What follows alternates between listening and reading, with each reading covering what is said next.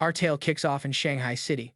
Inside a peaceful room, a woman with teal-blue hair named Jiang Wangxin is lovingly nursing her newborn son.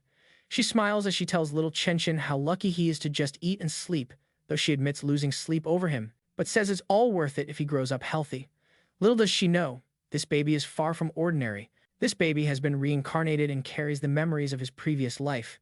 As he feeds, he notes that although his brain isn't fully developed, he's fully aware. Suddenly, a blue, game-like status screen pops up, showing his name as Lin Zichin, 33 days old, with a biology level of ordinary Tier 1. He quickly realizes he has a special cheat ability. At 3 months old, Lin Zichin lies in his crib while his parents, Jiang Wanan and Lin Yan, watch over him. His dad comments on how physically gifted the baby looks, guessing he'll turn into a powerful gene fuser or at least a cyborg someday. Meanwhile, Lin Zichin is busy kicking. A system alert pops up, announcing he's kicked 10,000 times, unlocking the biological attribute use and advanced skill. This skill lets him train any part of his body to grow infinitely stronger within carbon-based limits. Feeling his strength increase, he wonders what his dad meant by gene fusers and cyborgs, picturing superheroes in his mind. By 4 months old, Lin Zichin has learned to sit up and crawl. To keep from freaking out his parents with his lightning-fast progress, he only trains when they're asleep. Each time he crawls, the system rewards him with points. A month later, now 5 months old, he's already walking. By 6 months, he can comfortably sit up and crawl in front of his parents without raising suspicion. While watching TV, a news segment about Aberrant Beasts catches his attention, showing gene fusers and cyborgs teaming up to battle them. For the first time, Lin Zichin realizes this world is completely different from his old life. He learns that this Earth has mutated, spawning terrifying creatures called Aberrant Beasts. Humanity has responded with 2 survival paths. The first is mechanical ascension, where people enhance their bodies with tech to become powerful cyborgs. The second is gene modification, where humans merge their genes with aberrant beasts, becoming gene fusers that harness the monster's power to fight back. Seeing the threat, Lin Zichin, reincarnated, vows to use his system to grow up safely, train his abilities quietly, and survive in this dangerous new world. One day, the doorbell rings. Jiang Wangxin opens it to meet a woman in a blue dress, Xu Ming, their new neighbor. Xu Ming introduces her family, her husband, Shen Zany, and their young daughter, Shengqing Han, who clutches a doll. Lin Zichin notices the little girl's purple hair. He recognizes Shengqing Han as his first real friend in this strange world, sensing their fates will be closely connected. Time flows on, and Lin Zichin dedicates himself to training. By 7 months old, thanks to his use and advanced skill, he's mastered running, jumping, and even basic language by talking to himself, earning stat points for every accomplishment. At 8 months, he's doing sit-ups and push-ups right inside his crib. He always makes sure to practice only when his parents aren't around. But one day, his mom, Jiang Wangxin, steps out onto the balcony and is stunned to see her 8-month-old son doing sit-ups. She blinks hard, not sure if she's seeing things. Yet, being a web novel author, she shakes it off as a stress-induced hallucination. Lin Zichin quickly pretends to be asleep, taking a deep breath and reminding himself to be more careful. A few days later, while bathing his son, Jiang Wangxin makes another jaw-dropping discovery. She calls out to her husband, Lin Yan, who rushes over as she points out that their 8-month-old baby already has defined abs. Lin Yan stands there, completely stunned. Bursting with excitement, he speculates their son could be a 1-in-a-million prodigy with a future as an incredible gene fuser or cyborg. Hearing this genius theory, Lin Zichin feels relieved that his secret is still safe and realizes how lucky he is to have 2 web novel authors as parents. On this mutated Earth, Lin Zichin knows he's not the only young genius. He and his mom watch a news story about a 2-year-old from a martial arts family lifting a 20-kilo dumbbell with just one hand. Jiang Wang cuddles her son close, proudly saying her Chenin is just as incredible. Lin Zichin feels touched by his mom's confidence and wonders if he'll also be able to lift 20 kilos when he turns 2. When Lin Zichin reaches 2 years old, his hard work has truly paid off. He stayed under the radar while secretly building his strength, easily lifting a 20-kilo weight with one hand in the storage room. His training session is interrupted when his mom calls out that Han Han, Shenning Han's nickname, has come over to play. Surprised, he sets the weight down and opens the door to find 2-year-old Shenning Han holding out a tart for him. Lin Zichin thinks to himself that because their mental ages differ, their playtime isn't very traditional. While Han Han behaves like a normal toddler, Lin Zichin seizes every moment to train. He's found a clever way to spend time with her. Since she likes to stick close, she acts like a perfectly fitting weighted vest for his exercises. But there's one tiny issue. He's reminded of it when he feels a warm wetness and cries out that Han peed on him again. A whole year goes by. At age 3, Lin Zichin's strength has skyrocketed, and he can now lift a 40-kilo weight with one hand.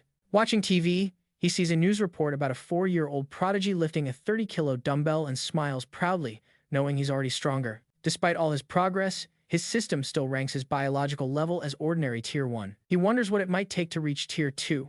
With these questions buzzing in his mind, he steps outside his home for the very first time.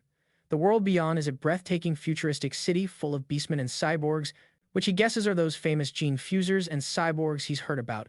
With his mom and neighbors, Shumeng and Shen Qinggan, accompanying him, he heads to the library. Since his parents won't let him use electronics, books are his best shot at learning more.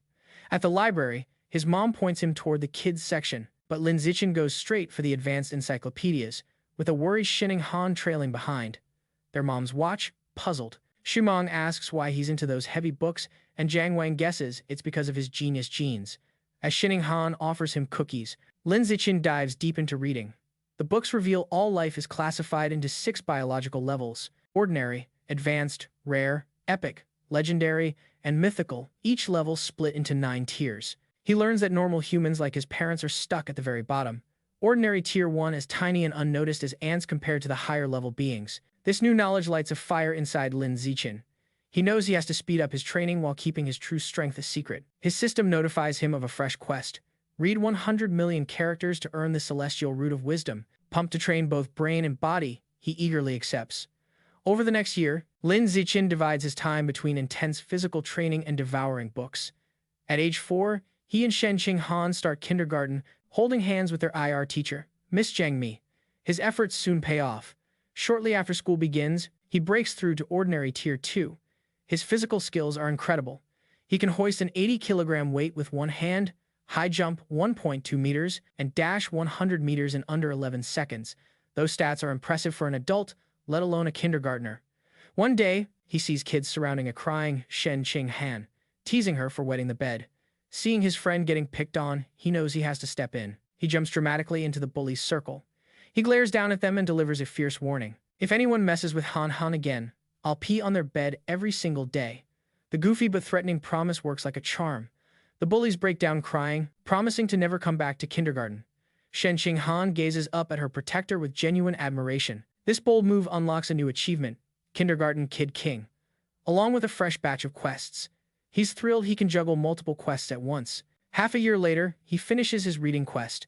After devouring 100 million characters, he receives the celestial root of wisdom, gifting him perfect eidetic memory and peak human learning ability. Time flies by, and soon he and Shen Qinghan are almost 7, posing for their kindergarten graduation photo.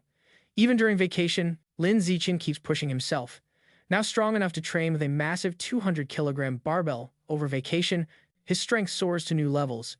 He can now leap over 2 meters high and smashes the 8-second mark in the 100-meter dash with a time of 7.98 seconds. His mind is just as sharp, fueled by his new ability. He's already completed most of the elementary school curriculum.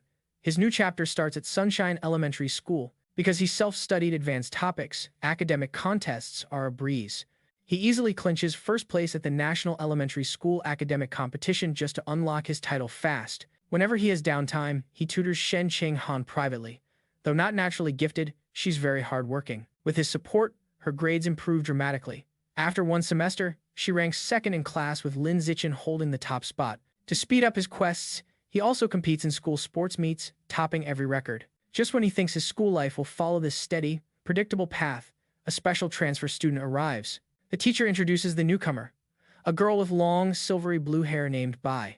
Lin Zichin immediately senses she's different. Standing in the doorway, she radiates a faint, unusual aura that doesn't seem human. As Bai Shuer walks in to find his seat, the other students watch her with curious eyes. Shen Qinghan leans over to Lin Zichin, whom she calls Xiao Chen, and whispers about how pretty Bai Shuer's hair is, comparing it to winter snowflakes. But Lin Zichin isn't in the mood for small talk about looks. Sitting near him, Bai's strange otherworldly aura keeps nagging at his mind. He wonders if she might be a gene fuser or descended from one. His thoughts drift to the strange, non-human energy he senses coming from her. He wonders if she might be a gene fuser or descended from one. Over the next few days, Bai became a real mystery. She didn't talk to anyone and immediately rested her head on her desk as soon as class ended, staying completely still. She barely even got up to use the restroom.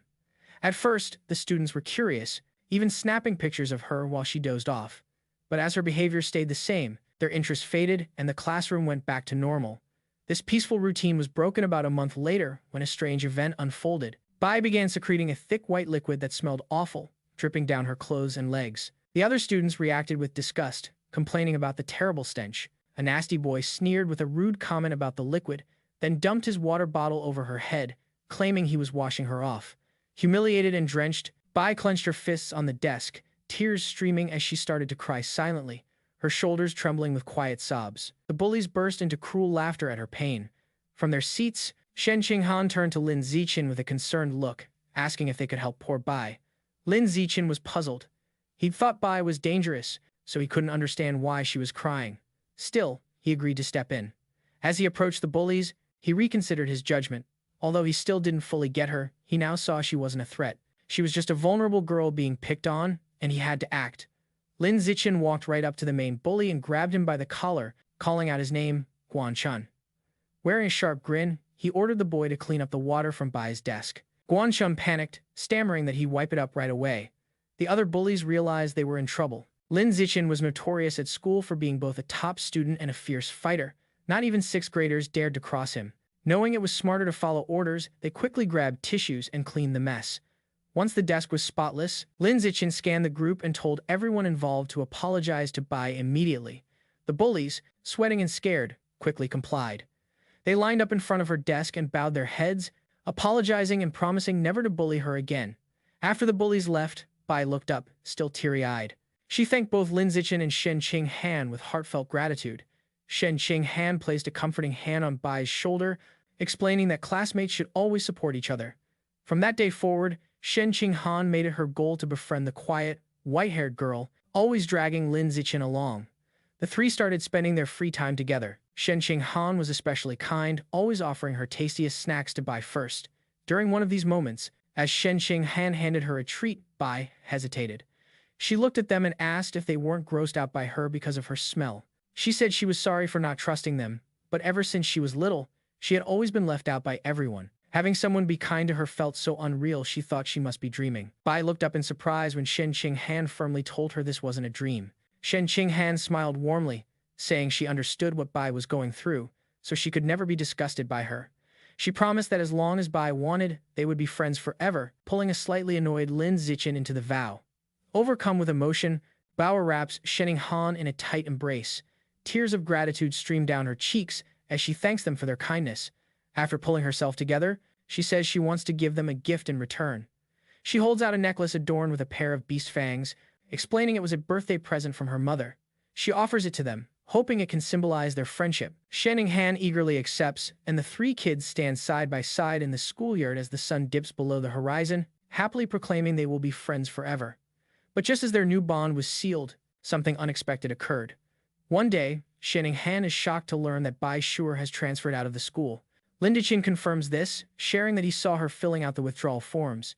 He flashes back to watching from the principal's office doorway. He recalls seeing Baiyu with the principal alongside a large, intimidating man with cybernetic arms. The principal assured the man that Baiyu's paperwork was complete and that her information would remain confidential. This encounter confirmed Lin Zichin's suspicions that Baiyu's identity was far from ordinary.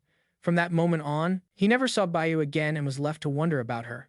But it was the events that followed that truly grabbed his attention. Sometime later, Lin Zichin is at home giving his mother, Jiang Wangxin, a shoulder rub. She sighs in relief, telling him the massage feels perfect after a long day of typing. Lin Zichin thinks to himself, amazed that his celestial root of wisdom helped him learn professional massage techniques, and he's surprised by how useful it is. Their quiet evening gets interrupted by a major news broadcast announcing another incredible accomplishment by the Kyoto prodigy. At just 10 years old, this boy has successfully fused with Aberrant Beasts genes and can now lift a 500-kilogram boulder using just one hand. Lin Zichin recognizes the kid and realizes with a jolt that his rival has already started gene fusion. His father, Lin Yan, grumbles that the Kyoto prodigy is constantly on TV, wondering if they're trying to turn him into some kind of influencer. The parents discuss this. Lin Yanning points out that the boy comes from a 1,000-year-old martial arts family, so they probably have access to advanced gene fusion technology.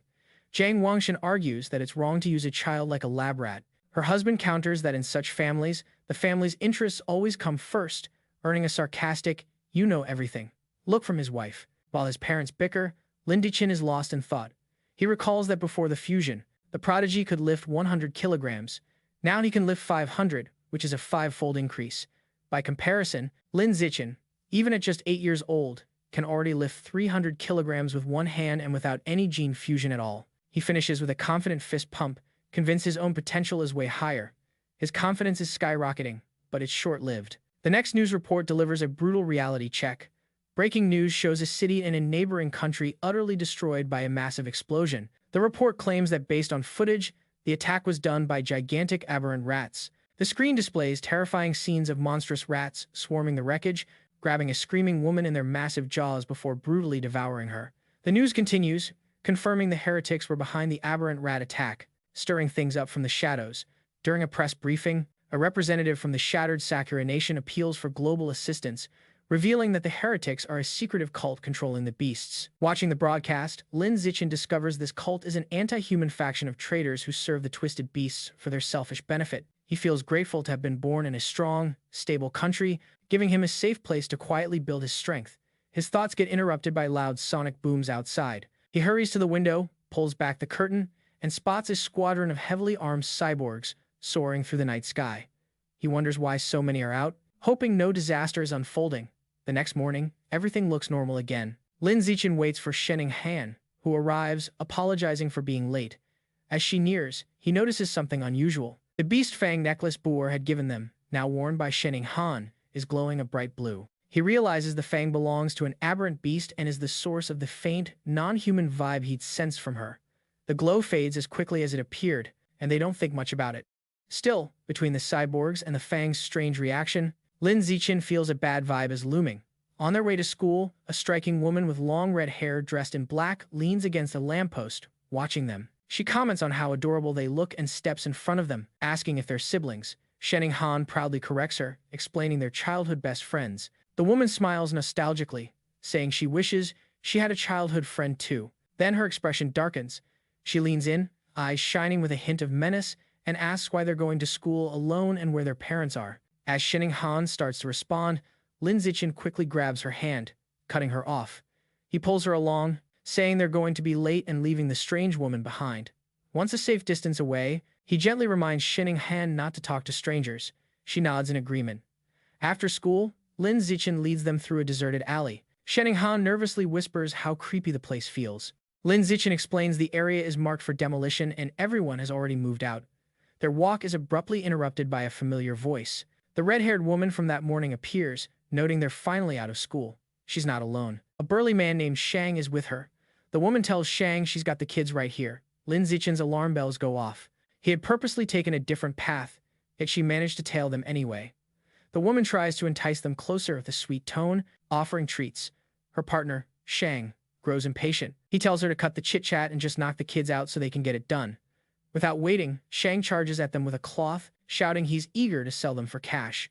As he comes closer, Lin Zichin pushes Shanghai Han aside and stands his ground. Clenching his fist, he throws a fierce punch with all his strength. The hit lands square on Shang's face, stopping the bigger man dead in his tracks. The sheer force sends Shang flying backward down the alley with a grunt of pain. The red-haired woman watches, stunned beyond belief, shocked that such a young kid could knock a grown man flying. On the ground, Shang coughs up blood, stunned. With Shang down, Lin Zichin turns to the red-haired woman. Before she can even react, he delivers a solid punch right to her midsection, followed swiftly by a heavy uppercut that knocks her out cold.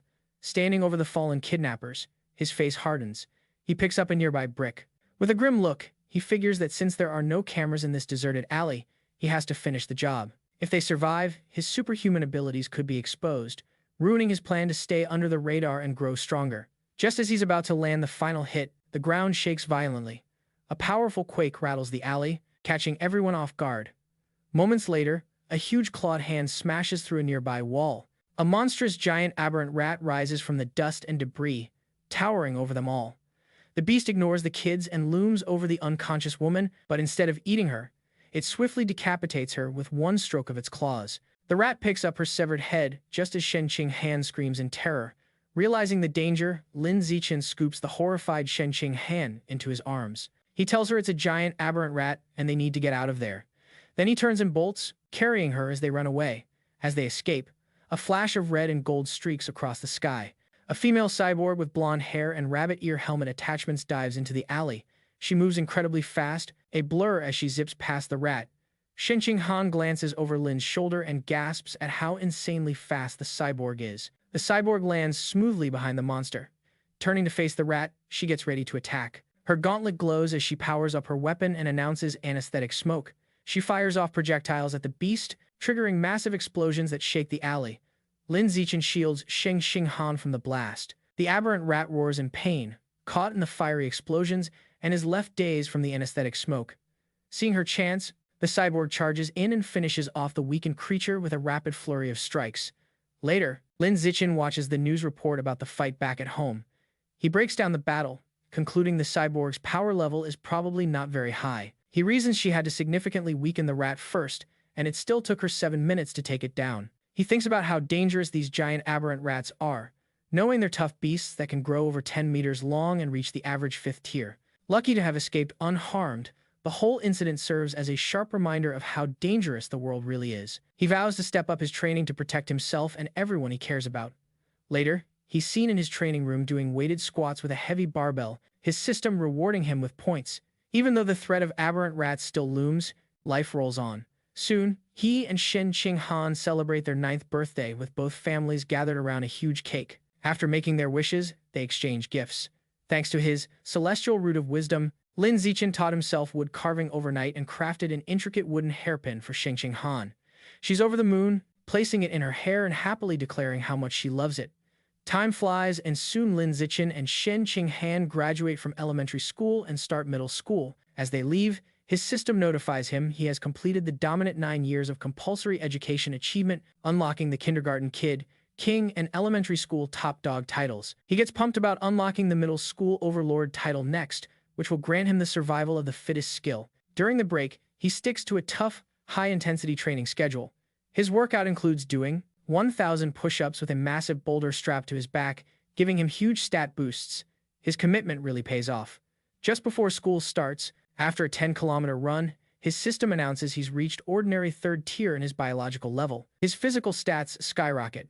Now, he can lift 700 kilograms with a single hand, jump 4 meters high, and sprint 100 meters in 6 seconds flat. As he grows stronger, he wonders what level the Kyoto prodigy has reached. Coincidentally, a new story airs on TV the night before school begins. The report reveals the now 14-year-old prodigy has merged with giant ant genes and can lift a 2,000-kilogram alloy block one-handed. Lin Zichin figures that since giant ant genes boost strength by about 4 to 8 times, the prodigy's real lift power without the gene is only around 500 kilograms. That means Lin Zichin is still fundamentally stronger. He smiles, imagining just how powerful he'll become with gene fusions down the road. The next day, middle school starts. Because he was the city's top student, all the best middle schools wanted to recruit him. He accepted the offer from Shanghai Middle School, but only if Shenqing Han could be in his class too. At registration, they're greeted by the principal and their new homeroom teacher, who both express how much they're counting on him. After some polite chatting, he excuses himself and leaves with Shenqing Han. The real reason he picked Shanghai Middle School was the top-notch athletic facilities. They planned to hit the badminton courts before classes officially started. On the court, an excited Shenqing Han tells Lin Eggs and Xiaoqin it's time to get started. She serves smoothly, calling out her signature curveball move. Lin Zichin easily intercepts the shuttlecock midair, but their game gets interrupted. A group of upperclassmen strolls over, and their leader, wearing a backward cap, snatches the shuttlecock, telling them the court is reserved. His friends teasingly offer to let Shenqing Han stay and spar. Shenqing Han stands firm, reminding them they need to follow the rules as she was there first. Seeing them crowding Shenqing Han, Lin Zichin steps in with a cold look. He warns them to back off and reminds them about the first-come, first-served policy. The leader scoffs arrogantly, insisting he's taken the court. He holds up the shuttlecock and tosses it into the air. But before he can serve, Lin Zichin moves. He declares that from now on, his rules are the only ones that count. With a burst of power, he jumps and smashes the shuttlecock with insane force. The shuttlecock rockets like a white blur across the court. It flies so fast, the leader barely has time to react. The impact shatters his racket and knocks his cap off. The upperclassmen stand there stunned, sweating, and shaking. They start wondering if Lin Zichin is even human, questioning if he's a gene fuser. One of them nervously points out that if the shot had been just a bit off, their boss's head might have been clipped. Completely intimidated, the upperclassmen bow deeply in apology. They tell Lin Zichin they now get the rules and will leave immediately. Then they quickly make their exit. They tell Lin Zan they understand the rules now and will be leaving immediately. They then beat a hasty retreat. Maybe because word about the incident spread, no one ever tried to mess with Lin Zichin or Shen Qinghan again. Their new school was bigger and had better facilities, but other than that, life there felt pretty much the same. Academically, Lin Zichin was way ahead, having already finished the entire middle school curriculum ages ago. During class, he'd read fun books to kill time. At night, after working out, he used his celestial root of wisdom to pick up new skills online, quickly dabbling in cooking, photography, driving, swimming, and all sorts of sports. To claim the middle school overlord title, he didn't just need to top every subject. He also had to represent the school in national contests. Surrounded by a mountain of trophies, he always made sure not to snag first place in every competition to keep things low-key. A whole semester passed, but the title still hadn't unlocked. Still, his stellar performance earned him plenty of fangirls, who left piles of love letters on his desk. He just ignored them. Besides tutoring Shen Qinghan, he put his focus on the upcoming school sports festival. He figured if he totally crushed it, that would finally unlock the title. For the festival, he signed up for only 3 events: shot put, high jump, and sprinting, showing off his strength, jumping skill, and speed. He managed an amazing 2011-meter shot put throw. Even though he held back to avoid seeming superhuman, he still dominated first place in every event easily. Sitting there with Shen Qinghan, admiring his gold medal, he suddenly felt a fresh surge of power flowing through him. A system message popped up, announcing that because his achievements blew every other student out of the water, he'd unlocked the middle school overlord title. With all 3 school-age titles under his belt, he had completed 9 years of compulsory education, domination, and gained a new biological trait, survival of the fittest. As the power rushed through him, he smiled, satisfied that the title was finally his. As Lin Zichin and Shen Qinghan left school, he thought about his new survival of the fittest trait. It let a predator suck up the life essence of other creatures to evolve. He wondered what exactly life essence was, lost in thought until Shen Qinghan called for him to wait, snapping him back to reality. Then he got an idea and asked if he could borrow her beast fang necklace. She said yes and handed it over. The moment his fingers touched the fang, a system notice popped up. It told him he had absorbed a trace of the abyssal giant butterfly's life essence, unlocking a new guidebook with 1% progress. A ghostly image of a huge dark butterfly with eyes on its wings appeared around him. He was shocked to realize the fang was actually a tooth from a butterfly. That night, eager to learn more, he searched online for abyssal giant butterfly. To his surprise, there were no results. Realizing he'd have to study this strange creature himself, he recalled Bai Shuer had given them a pair of fangs. Digging through his bag, he found the second tooth. Holding it, he absorbed its power again. Another system message confirmed he'd taken in a second trace of life essence, but the guidebook only went up to 2% progress. He looked at the fang with some disappointment, realizing there wasn't much life essence left inside. He figured he'd need to find another way to unlock the abyssal giant butterfly's full power. The next day after school, to up his training game and make sure he has a quick getaway from any weird beasts, Lin Zichin starts biking Shen Han to and from school every day. Just as they leave the school grounds, a man calls out to them. Wearing a tracksuit, he stops them and introduces himself as Coach Guo from the school's martial arts team. He compliments Lin Zichin, saying his performance at the sports meet was the best the school has ever seen. Bursting with excitement, Coach Guo officially invites him to join the team, insisting his athletic skills outshine his academic ones. He pushes Lin Zichin to say yes, but also gives him some time to learn more about the team before making a decision. Coach Guo talks so fast and with so much passion that Lin Zichin barely gets a chance to say no. Waving goodbye as they ride away, the coach points out the martial arts team's room in the gym, Room C, and says he'll be waiting if he wants to drop by tomorrow. As the sun sets, Lin Zichin's back in his room, ready to test out his new ability. He claps his hands, crushing a cockroach and a mosquito he found. Then he opens his hands to check the squished insects, but feels no power rush. He realizes killing tiny, everyday bugs doesn't trigger the skill. He figures out that only strong or rare beasts hold enough life essence to absorb and help him evolve. To test this idea, Lin Zichin decides to hit up a supermarket that sells beast meat. With Shen Han on the back, he bikes into the city. They soon reach a big multi-story supermarket. Inside, they stroll through the aisles, and Lin Zichin notices there's plenty of beast meat, but it's all prepackaged. He knows he can't test his theory without actually touching the meat. Just as frustration kicks in, he hears a butcher announcing fresh, cut beast meat. He spots a counter with a sign that says fresh beast meat, not prepackaged, and safe to eat. At the counter, a butcher is slicing large portions of meat. Lin tells a confused Shen Han to wait. He's going to check it out. He doesn't explain more, eager to confirm his suspicion, and rushes over to the counter. He reaches out and places his hand on a freshly cut piece of beast meat. The moment he touches it, a strong surge of purple energy flows through him. Just like he predicted, the fresh beast meat packs a powerful life essence punch. Clenching his fist in excitement, a big grin spreads across his face.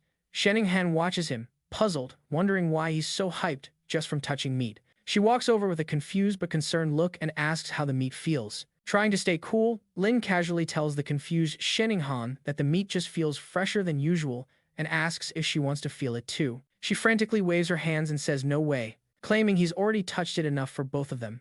Having confirmed his theory, Lin Zichin decides to buy some beast meat to try at home, surprising Shanghai.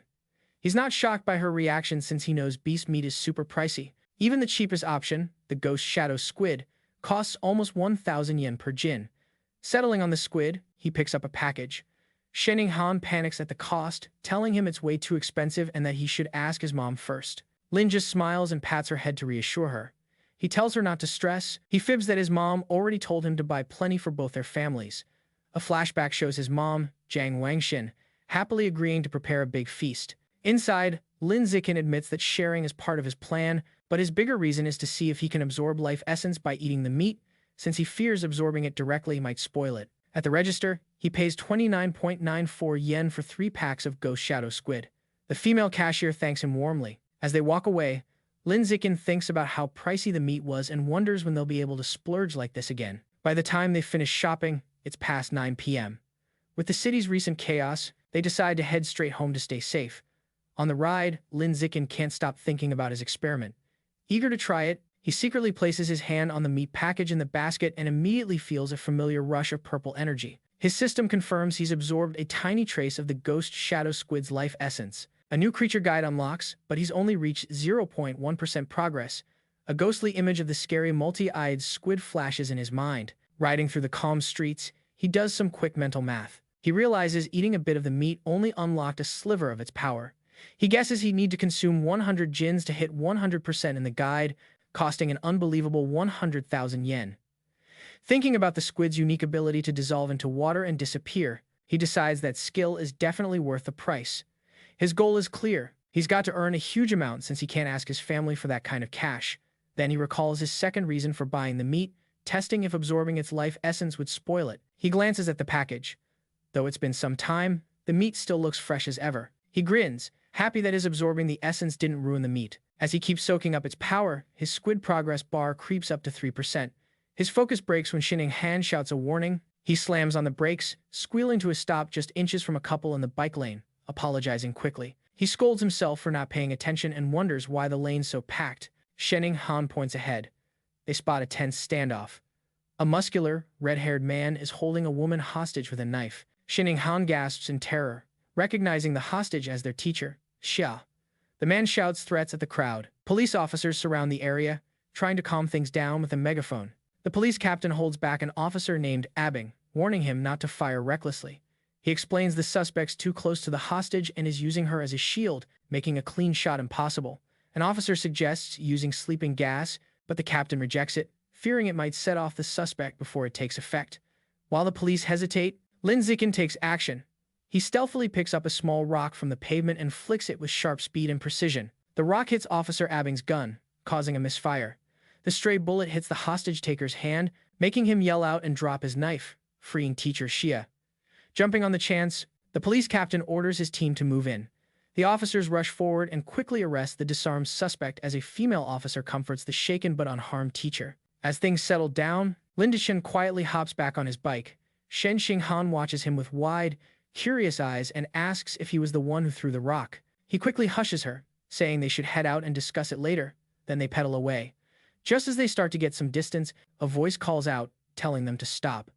The police captain asks if Lin Zichin was the person who tossed the rock. Panicking, Lin Zichin nervously denies everything with a shaky smile. The captain watches them ride off, thinking it's odd someone wouldn't claim credit for a brave act. He murmurs about a reward for courage, and the word reward immediately grabs Lin Zichin's attention.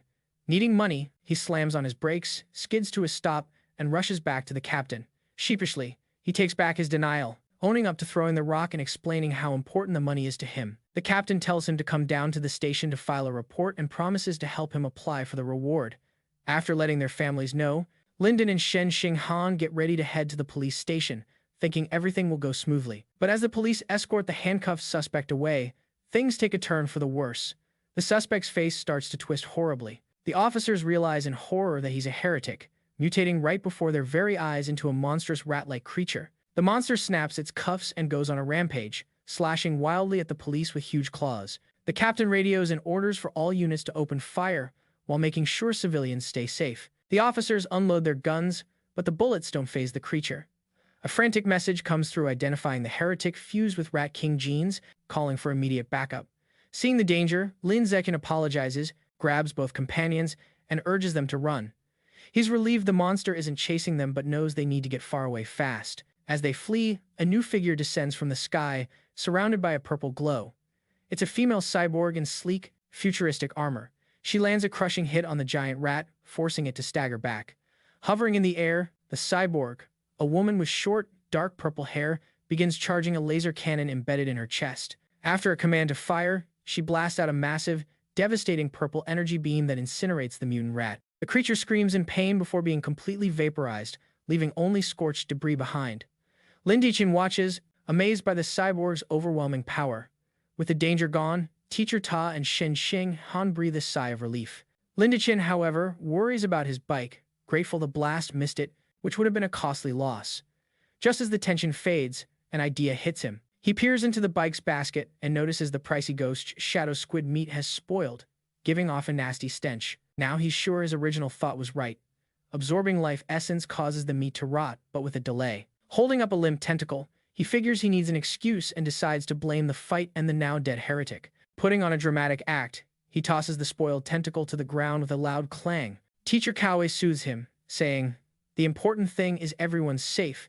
Even though the heretic and the cyborg's attack ended up roasting the meat, though they plan to head home at the captain's request, they end up hitching a ride with the security team back to the station. They never expected to be packed in the same van with the heretic's remains. After the laser blast, nothing was left but a heap of charred flesh on a stretcher, and the smell was pretty overwhelming. Sitting inside the stinky van, Lin Zichin has another thought. He recalls how the beast fangs from Bayou still had life essence even after the creature was dead. A new idea hits him. Might there still be life essence lingering in this corpse too? And if that's the case, could he absorb the corpse's Rat King gene for himself? Sitting there in the police van, Lin Zichin wonders just how much of the Rat King gene he could extract from the heretic's burned remains. Curious, he slowly reaches out toward the corpse. The instant he touches it, a strong wave of red energy pulses through him. His system confirms he's absorbed a fragment of the giant mutant rat's life essence, unlocking the guidebook with an impressive 5% completion. He's stunned by how much he's taken in and realizes the fresher the source, the more life essence he can get. Officer Abing, who's escorting him, notices the movement and tells him to stay put. Lin Zichin quickly says he just needed to stretch. Later at the public security office, he knows Abing was easy to fool, but the captain is much sharper. The captain tells Lin Zichin he's applied for a bravery award on his behalf, but then he gets serious, asking how a middle school kid managed to hit the heretic's knife hand so accurately from so far away and in poor lighting with just a rock. Lin Zichin gives a vague answer, claiming it's because he practices with his right hand a lot. The strange reply leaves the captain speechless. Their chat is cut short when Xinghan shouts that her auntie has arrived. Lin Zichin is surprised as his parents rush into the station. His mother runs to him panicked, calling his name with a frightened look. She wraps him in a tight hug, asking if he's okay and telling him he's scared her half to death. He tries to calm her down, letting her know he's fine and even earn a bravery award. Holding him close, his mother makes him promise that next time there's danger, he'll find a safe spot to hide first. With tears in her eyes, she says all she wants is to see him grow up safe and sound. Lin Zichin is touched by his mother's heartfelt worry. As they leave, he promises to always put his safety first. The police captain watches them go, still wondering about the boy's odd abilities. On the way out, Lin Zichin passes two female officers talking about the case. One complains that perverts are getting more daring, and the other reveals the heretic was a liberal arts student from Guangyuan University, brainwashed by the rat god cult. The first officer curses the cult, while the second points out they need to cut out the root problem, the self-proclaimed Rat King. The name grabs Lin Zichin's full attention. In the car heading home, he immediately dives into researching the rat god cult on his phone. Surprised to find tons of info, he learns the cult's main base is in Shanghai City, and most members are societal outcasts. He stumbles upon a shocking revelation. The Rat King aims to evolve into a superior life form and is forcing its followers to collect materials for evolution. This raises a chilling question in his mind: has the Rat King, this monstrous creature, already gained self-awareness? His thoughts are cut short when he looks out the window and spots a giant rat, almost as big as a cat, scurrying on the sidewalk. For a brief moment, he wonders if it's connected to the Rat King, but quickly brushes it off, reminding himself that in the South, rats the size of cats aren't that rare. Shaking off the distraction, he notices how quiet Shanghai has been. He glances over to find her fidgeting anxiously, her knees pulled tightly together. He instantly gets it. He recalls that ever since she was a kid, whenever she's nervous or startled, she loses control of her bladder. Though it's embarrassing for her, Lin Zichin has always suspected this odd reaction might be tied to some hidden power within her. When they get home, Lin Zichin's mom, Jiang Wang, is stunned to find that the almost 3,000 yen worth of beast meat is missing.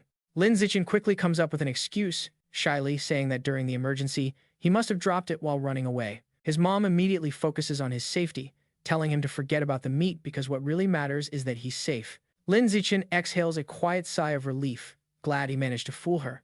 But his dad, Lin Yansen, is more stubborn and declares he's heading back out to find the pricey meat, bragging that a worn-out wage slave like him is tough as nails. Lin Zichin tries to stop him, warning it's too risky and the meat is probably spoiled by now. His dad grows suspicious, asking how he could be so sure it's gone bad. Sweating nervously, Lin Zichin quickly says it was just an obvious guess. Meanwhile, back at the now empty public security office, the police captain is still mulling over the weird events from the night. As he puffs on a cigarette, he can't shake the question. How did a normal middle school kid throw a rock with such insane power and accuracy? Suddenly, he hears an odd sound from the corner of the room. His eyes go wide in shock when he spots a colossal rat, much bigger than any ordinary rodent, perched up on the filing cabinets. Before he can react, the giant rat leaps down. The captain immediately pulls out his pistol and fires. The intense fight is over quickly, ending in a bloody mess. The next day in class, Lyndon sighs at his desk, thinking back on last night. He realizes he's still way too weak compared to that powerful heretic and the female cyborg. He needs to make money fast to buy more exotic beast meat like ghost shadow squid to fill up the progress bar in his guidebook. He thinks about becoming an influencer or selling study guides, but quickly rules it out as too flashy and not fitting with his plan to stay low-key. Then, a light bulb goes off. He remembers that in this world, martial arts and gene fusion matter a lot more than academics. He decides it's time to take action. Later, he heads to the gym in Building C, where the martial arts team trains. He spots Coach Guo sipping from his thermos and says hi. The coach looks surprised, asking if he's there to join or just curious about the team. Instead of replying, Lindsay leans in and quietly asks if being on the team means chances to compete in city tournaments, and if the prize money is good. The coach grins, confirming he had a real shot and that the prizes were worth tens of thousands. Lin Zichin felt his biggest worry was now off his plate, so he shook the coach's hand firmly and declared he'd be joining the martial arts team starting today. Coach Guo welcomed him with a big smile. The coach then gathered the entire team to introduce their newest member. He spoke about Lin Zichin, reminding everyone that Lin had just crushed it as the champion at the sports meet. The rest of the team, Jiang Kai, Hang Tianing, Aang, Liu Tong, and Han Yi Guo, went around saying their names before it was Lin Zichin's turn to introduce himself. Since Lin hadn't trained formally in martial arts, Coach Guo took the lead, demonstrating the basics of fist and leg techniques. He explained those moves looked simple, but took some serious skill to master, mentioning that their fastest learner, Li Shutong, spent a whole week perfecting them. Then, he told Lin Zichin to give it a try. Lin Zichin slid into a ready stance, thanks to his celestial root of wisdom attribute, which gifted him with divine martial insight. He'd already memorized and fully understood every detail of the moves just by watching once. As he practiced the fist techniques, a system alert popped up rewarding him points across vitality, strength, dexterity, and proficiency. He nailed every hand and fist movement with perfect speed and precision. Then he smoothly flowed into the leg techniques, delivering strong, fluid kicks. Another system alert granted him points for his leg muscles, dexterity, and proficiency. The coach and team watched, speechless and stunned. Coach Guo's jaw practically hit the floor, nearly dropping his thermos, completely amazed. He wondered how someone could learn such complex forms flawlessly after just one look. Watching Lin's perfect execution, one thought hit him hard. This kid's got to be a one-in-a-million martial arts prodigy. That night in Shanghai, Lin Zichin's mother, Jiang Wangqin, called him for dinner. He dashed out, eager with spoon in hand, asking what she cooked. She proudly brought out a huge platter of the ghost shadow squid he'd been craving. The smell was incredible, and he told his mom just how amazing it smelled. She urged him to dig in while it was still hot. After a bite, he praised her cooking as absolutely the best in the world.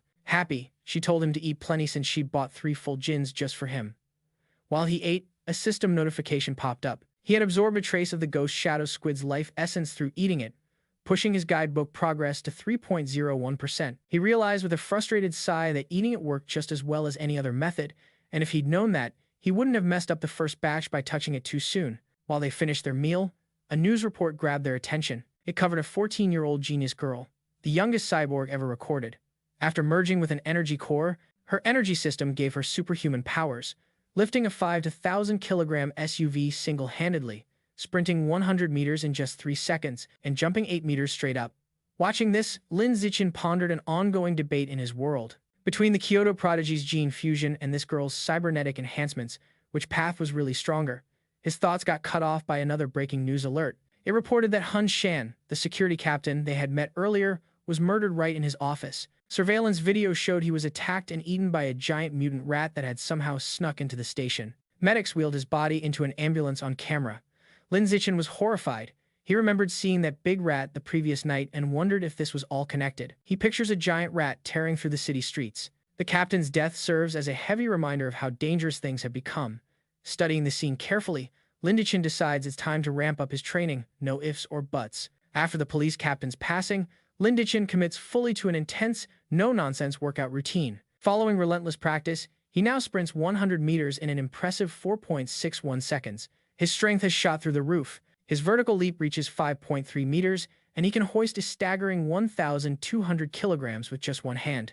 Beyond his solo efforts, he also trains with the school's martial arts team, aiming to boost his power fast for the upcoming competition. Come morning at school, he heads straight to the gym, trailed curiously by Shen Qinghan. On their walk, a girl with pink hair cheerfully calls out to Lin Zichin, offering him a bottle of fresh milk. Lin Zichin politely refuses, expressing his thanks, and moves on with Shen Qinghan, leaving the girl a bit let down. Watching nearby is his teammate, Zhang Kai, his fists clenched tight in anger, annoyed that the guy who defeated him at the sports meet just turned down a gift from the girl he's got a crush on. Struggling with the jealousy, Zhang Kai suddenly steps forward, blocking their way.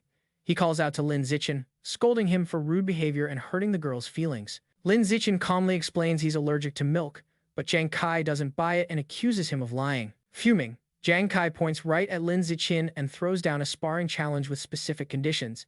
If Zhang Kai loses, he promises to leave Lin Zichin alone forever. But if Lin Zichin loses, he has to drink the entire bottle of milk. Just as the challenge is made, a fresh system alert appears. A new achievement mission is unlocked.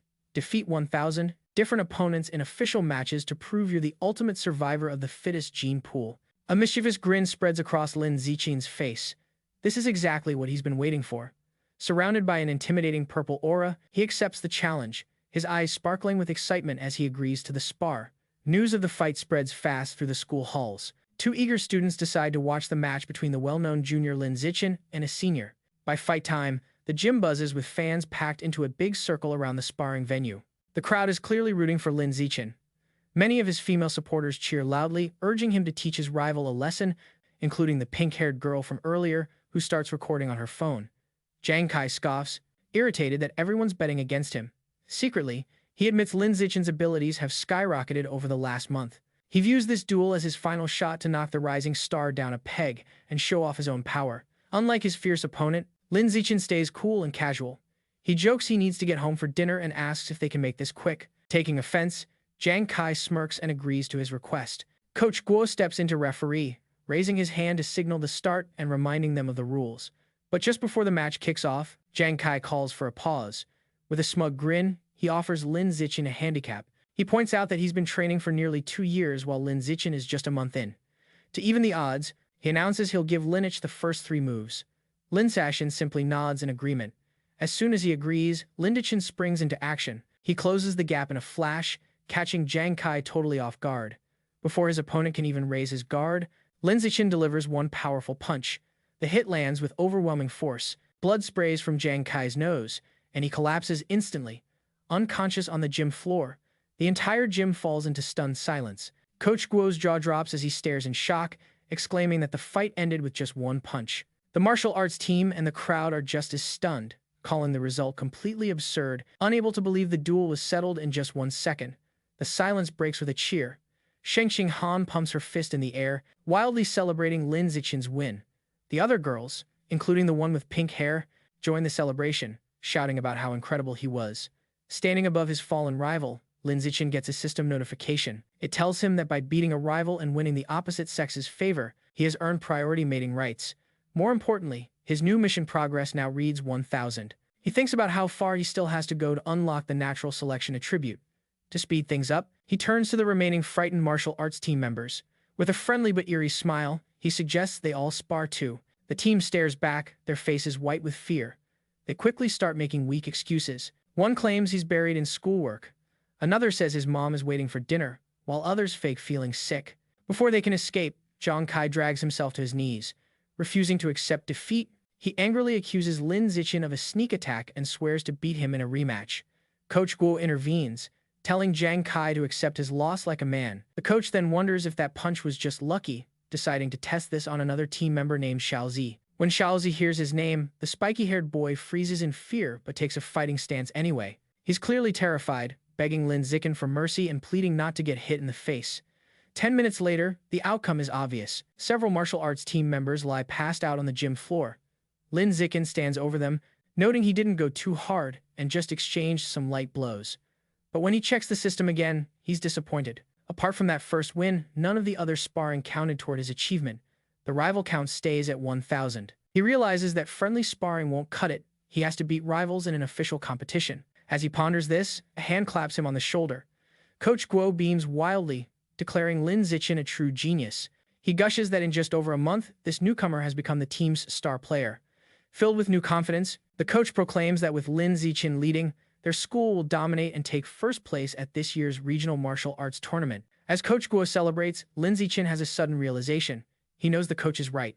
The upcoming tournament is the perfect chance to face multiple official opponents all at once. He grows determined, understanding that as long as he beats them in an official match, each victory will count toward his progress. His train of thought breaks as a defeated Zhang Kai calls out his name.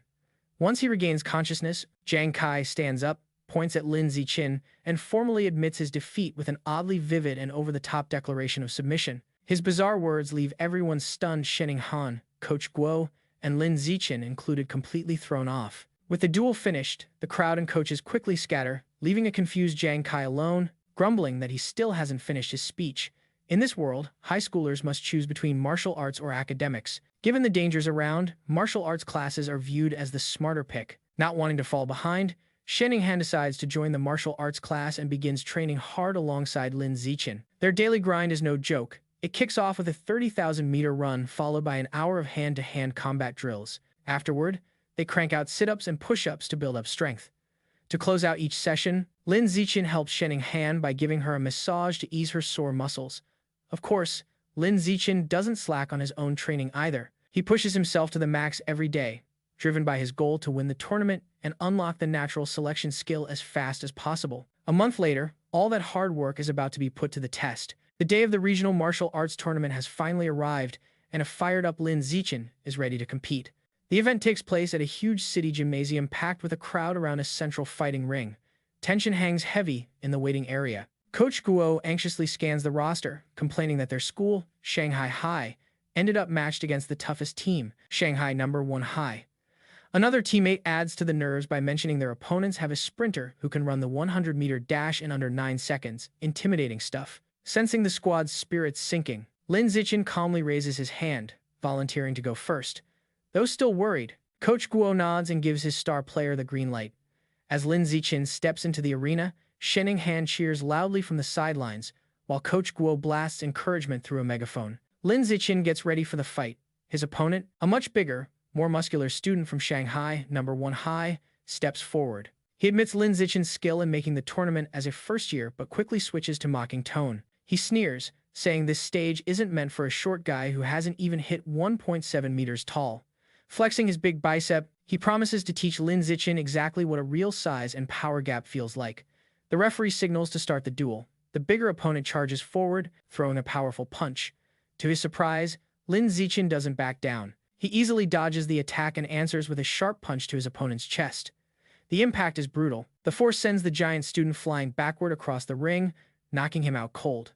The announcer stands frozen in shock before finally stammering out Lin Zichin's victory. On the sidelines, Shanghai jumps up, cheering, "My Shanghai crushed it."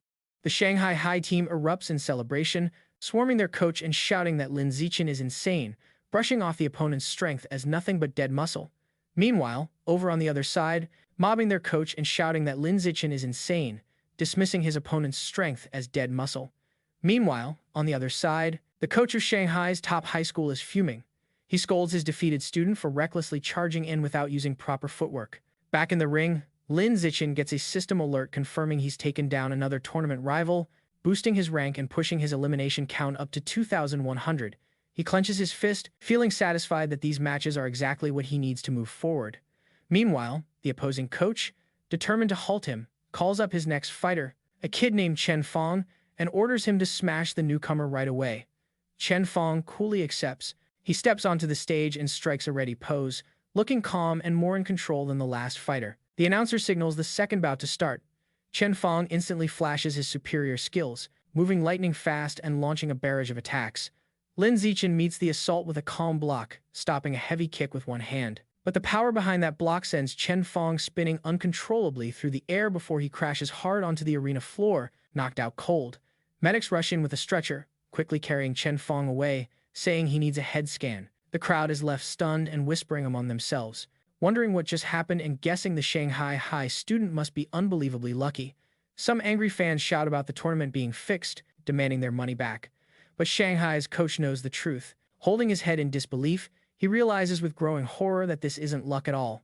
That first year from Shanghai High is the real deal. Back in the waiting area, the coach adjusts his plan. He calls up his next fighter, a spiky-haired kid named Ga Fei, telling him to focus strictly on defense and warning him that losing is not an option. Ga Fei, oozing confidence, reassures his coach that victory is guaranteed. As he heads to the ring, Ga quietly dismisses Lin Zichin's wins, believing the other guy isn't strong and won only by trickery. With his blazing speed, running the 100-meter dash in under 9 seconds and more experience, Ga is sure he can't lose. The crowd buzzes with excitement, discussing Ga Fei's reputation and marveling at his speed. Someone points out his father uses gene fusion, explaining Ga Fei's enhanced abilities. Most agree Lin Zichin's impressive streak is about to end, though they do admit he has huge potential. The announcer calls the duel to start. Ignoring his coach's advice, Ga Fei immediately launches an attack, charging at Lin Zichin with a powerful kick. He follows it up with a rapid flurry of strikes, unleashing his signature move, the flowing water-shattering rock fist. His coach watches, furious, shouting at Ga for ignoring defense strategies. Ga just scoffs at the idea, thinking a genius like himself doesn't need to worry about defense. Meanwhile, Lin Zichin easily dodges every blow, intrigued by the technique and decides to pick it up right then and there. Ga grows frustrated as none of his hits land. He pauses, panting, and demands to know how Lin Zichin keeps dodging his attacks. Calmly, Lin Zichin retorts by asking if he has any other moves, taunting him. Enraged, Ga Fei fires off a desperate new barrage of punches.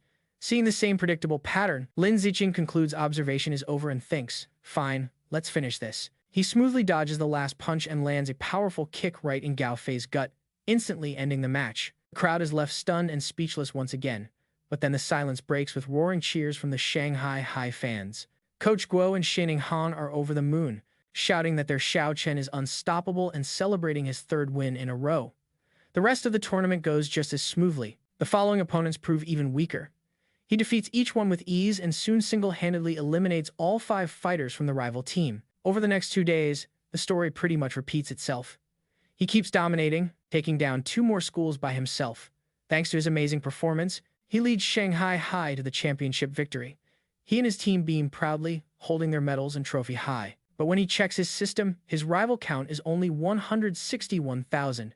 He feels disappointed, realizing at this pace it'll take years to unlock the natural selection skill. Despite the slow progress, there's a bright side. He didn't expect Coach Guo to be so generous, but he ends up receiving most of the tournament prize money, a solid 20,000 yuan. Adding that to his winnings from academic contests, he now has about 30,000 yuan.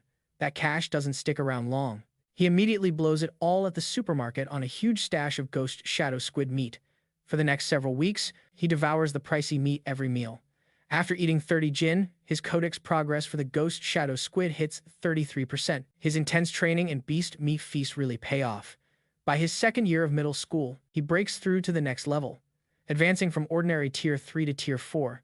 His physical strength hits new highs. Now, he can effortlessly lift 1,890 kilograms with one hand, leap 5.65 meters straight up, and sprint 100 meters in just 4.49 seconds. Time flies, and soon he and Shinning Han graduate from Shanghai's middle school division. But when the high school exam results come out, it looks like their paths are about to split. A heartbroken Shinning Han sits in her room crying. She asks Lin Zichin why after all their effort, they won't go to the same high school anymore. He explains that while he ranked first in both liberal arts and martial arts, and her academic scores were great, her martial arts score wasn't high enough for the elite class at Shanghai High. As he tries to comfort the crying Shinning Han, she wonders what will happen now. He tells her the principal of Shanghai High plans to visit his house, probably to recruit him, and asks if she'll come along. Feeling crushed, she replies tearfully that it's none of her business, since the principal is clearly only interested in him. Taking her hand, Lin Zichin helps her up and leads her out of the room. He tells her not to worry, he's got a plan. He reveals his one condition for staying at Shanghai High. Shinning Han has to be his deskmate. As promised, the principal of Shanghai High comes to Lin Zichin's home. She, his mother, and Shinning Han chat with the principal for several hours, who expresses how much she wants him to stay at the school. When the meeting wraps up, the principal gets ready to leave.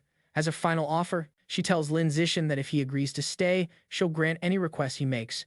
Seizing the moment, Lin Zichin makes one clear request. Shen Han must be allowed to stay in the same class with him. The principal glances at the anxious Shen Han, confirms her name, and agrees without hesitation. With a warm smile, she tells both of them to report to Shanghai High together for the upcoming school year. Overjoyed, Lin Zichin and Shen Han thank her sincerely. With their high school future secured, Lin Zichin dives into his last junior high martial arts tournament. Just as expected, his sheer power effortlessly carries his team to yet another championship win. He decides to spend the prize money to finally unlock the Ghost Shadow Squid Codex. He was only 20% away, and the fresh prize cash is enough to max out that progress bar. A bit unsure of what might happen, he heads to a quiet forest outside Shanghai to be safe. Wasting no time, he starts absorbing the life essence from the last bits of squid meat. A strong blue energy surrounds him as a system notification pops up, confirming he's absorbing a large amount of essence. His eyes widen with excitement as a last surge of power hits, and the Codex progress bar finally hits 100%. A new notification appears, announcing he's unlocked the Ghost Shadow Squid Codex and earned a new biological trait, the Blessing of Liquid Affinity. This ability boosts his connection with water, letting him move freely and even vanish in aquatic environments. However, as the power settles in, he stands in the peaceful forest holding the limp squid tentacles, feeling the new ability is kind of underwhelming. Still doubting its strength, Lin Zichin decides to test out the Blessing of Liquid Affinity in a nearby pond. He notices some advantages. He can soak in water for long periods without his skin getting all wrinkled, and swimming becomes much easier, with less water resistance. But besides that, there's not much else to report. Sitting in the water, he reasons that since the Ghost Shadow Squid is a low-level beast, it makes sense the ability isn't very powerful. He decides that to gain stronger traits, he'll either have to save up for higher-grade beast meat or level up enough to hunt tough, wild mutant monsters himself. The memory of those terrifying giant mutant rats only strengthens his determination, and he clenches his fist, fully committed to getting stronger. With less than a week until school starts, Lin Zichin's mother and Shen Han's family decide to take a trip to better understand his new liquid affinity ability. Lin Zichin suggests they hit the beach. As they stand in the ocean, Shen Han shivers and complains that the seawater is cold. Lin Zichin, however, feels completely at ease. He tells her to take it slow before diving into the water, swimming remarkably fast. As he moves, his system rewards him with stat points for swimming and diving. From the shore, a nervous Shen Han calls out for him to teach her how to swim. Lin Zichin pops his head above water, suddenly remembering that his childhood friend still doesn't know how. He begins patiently guiding her through the basics. Judging by her average athletic skills, he expects her to struggle. But Shen Han surprises him completely. She bursts out excitedly that swimming is way easier than she expected, and she picks it up immediately, diving with ease. She glides through the water gracefully and surfaces, looking shocked. Surprised that she can dive without formal instruction, Lin Zichin watches, stunned, as a strange blue water aura seems to radiate from her. After surfacing, she eagerly tells him how incredible it feels. She notices that opening her eyes underwater usually burns, but this time, there's no irritation at all. Instead, it feels cool and surprisingly pleasant. Her comment leaves Lin Zichin lost in thought. He watches her swim off, feeling that something about the situation is a bit off. He figures that even with some natural talent for water, There's no way she'd master all those skills so quickly. Her rapid progress just isn't normal. Suddenly, a thought strikes him. He remembers her lifelong struggle with bedwetting. When he thinks about it, he wonders if that weakness might actually hint at a deep, innate connection to water she was born with. The idea fires him up. He becomes convinced she could have a special cultivation body, something straight out of his parents' fantasy novels. To check out his theory, they keep diving deeper. Her skills astonish him even more as they explore underwater. He realizes they've been holding their breath for more than 10 minutes now. That's a crazy accomplishment for a beginner like Shinning Han. As they continue, her face suddenly shifts expression. A strange swirling noise starts vibrating through the water all around her. Both of them look up, searching for where it's coming from. They break the surface quickly, and Shinning Han cries out as glowing blue water spirals around her. Later that evening, strolling along the beach, Lin Zichin asks what just happened.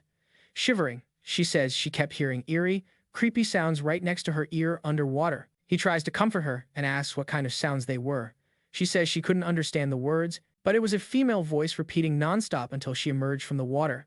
To calm the shaken Shinning Han, Lin Zichin takes her back to their hotel. Later, he searches online for any info about the strange female voice, but comes up empty. Feeling uneasy and restless, he channels his energy into training instead. While knocking out 1,000 weighted sit-ups, a sudden surge of power hits him. A system alert pops up, congratulating him on his hard work paying off. He's progressed to ordinary tier 5. Surprised but stoked, he thinks over his new level of strength. He realizes that at tier 5, he's strong enough to take on a fully grown giant mutant rat. A fierce determination lights his eyes as he clenches his fist, sure that tearing those beasts apart barehanded isn't just a dream anymore.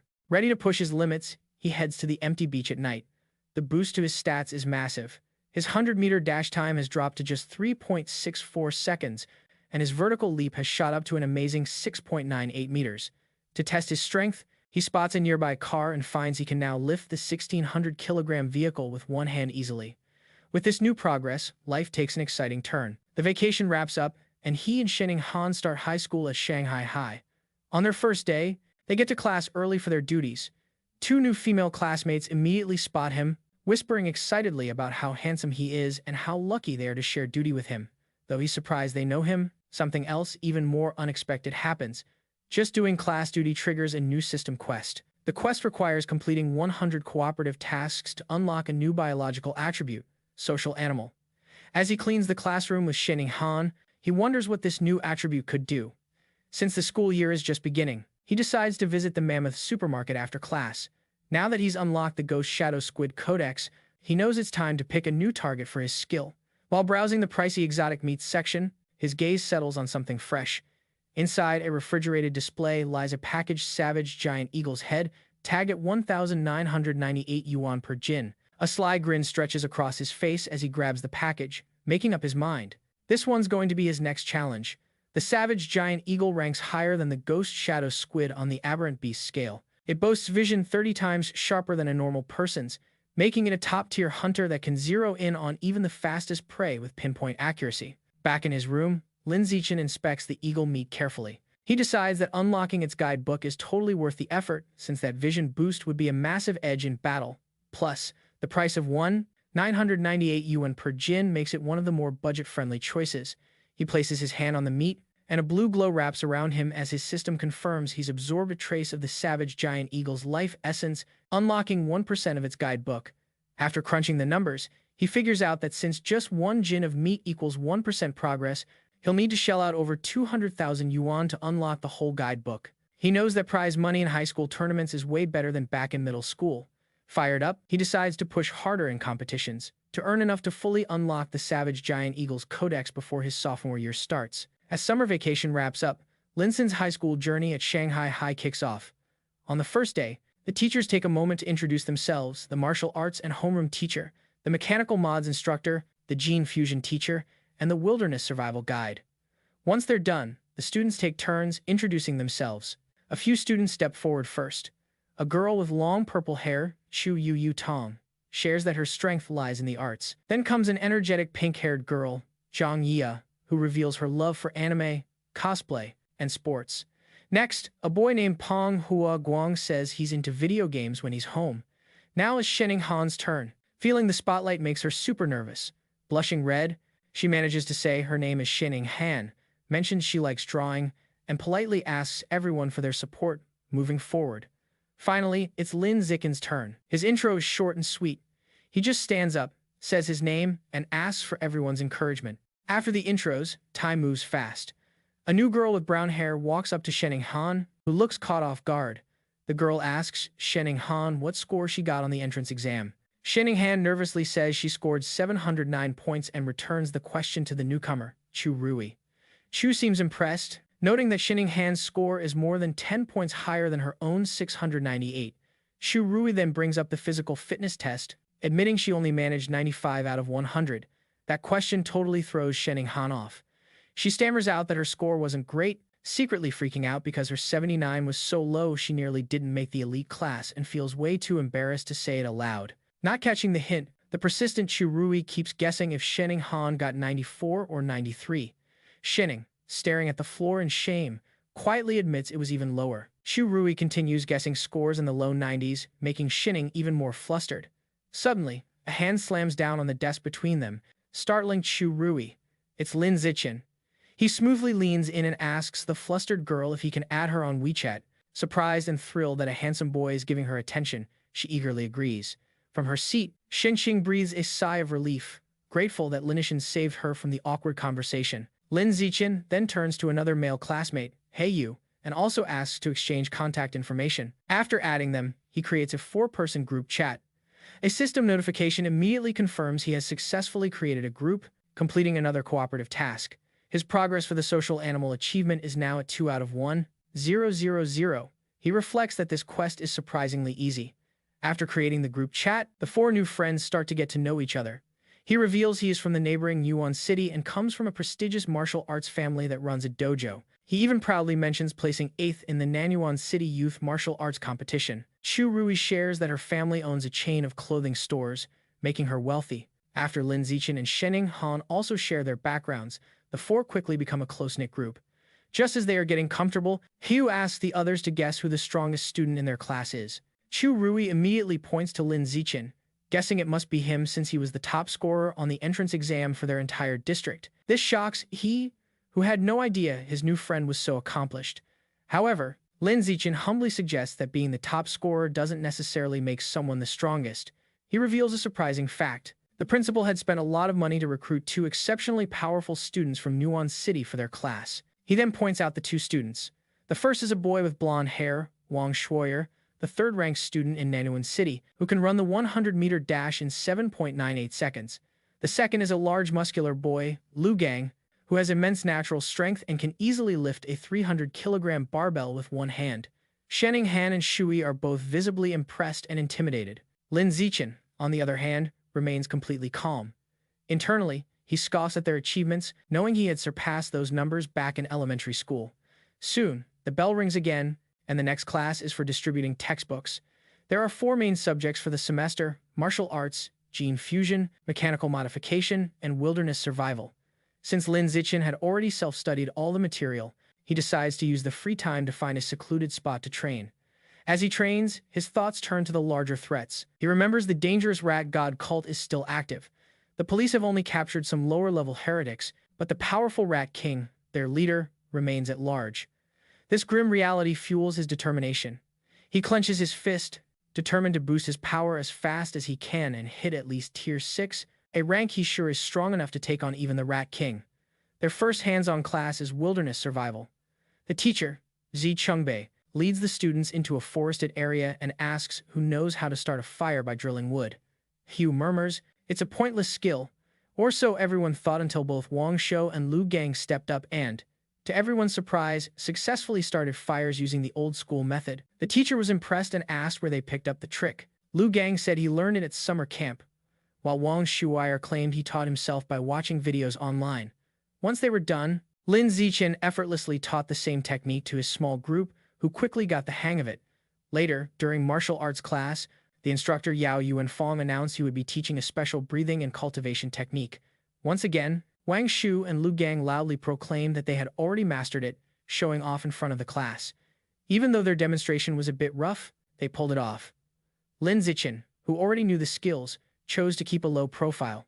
And so, a month passed without much happening. Then, one day, during mechanical modification class, the teacher, Ku Fi, announced a test to evaluate their progress. To motivate the class, he revealed cash prizes for the top three: 888 yuan for first, 666 for second, and 333 for third. Lyndon's eyes lit up when he heard about the money. Realizing that the first-place prize was nearly enough to buy half a jin of the pricey savage giant eagle meat, everyone got pumped up, and the class kicked off the exam.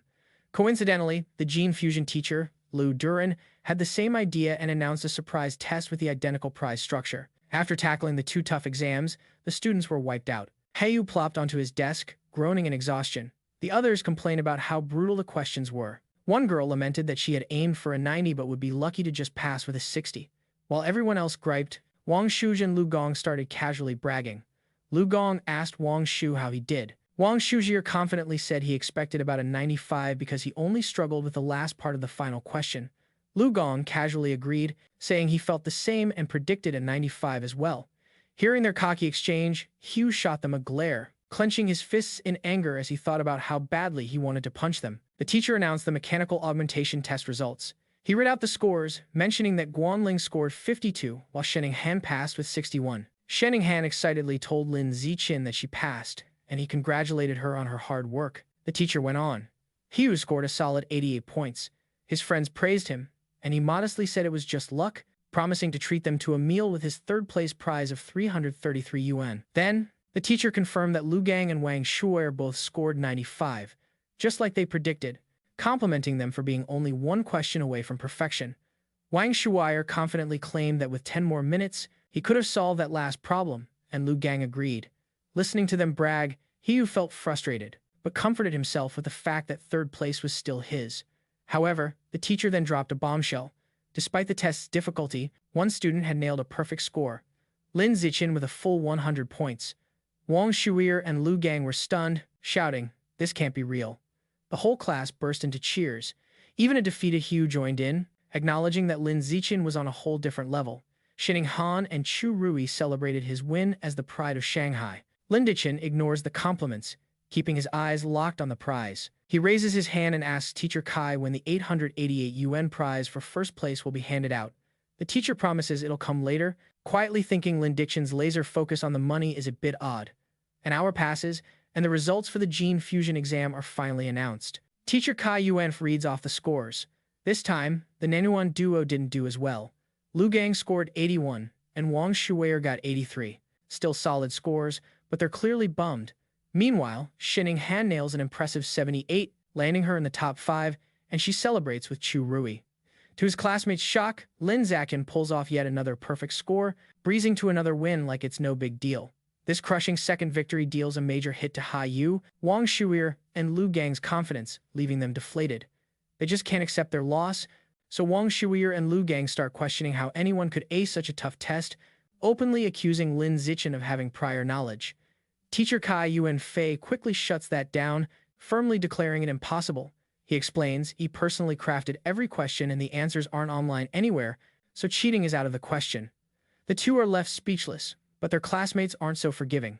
Ha Yu and Chu Rui burst out laughing, teasing Wang Shuo and Lu Gang for being sore losers. Ha Yu calls them a shame to Nanuan City, and Chu Rui adds that rude, uncultured folks cause the biggest headaches. After lunch, the practical exam for wilderness survival kicks off. Teacher Shi Chungbei explains the rewards remain the same, with cash prizes for the top 3 winners. The test includes 3 parts: climbing, swimming, and fire making by friction. After getting schooled in academics, Wang Shuai tells Lu Gang they need to make up for it in the practical exams.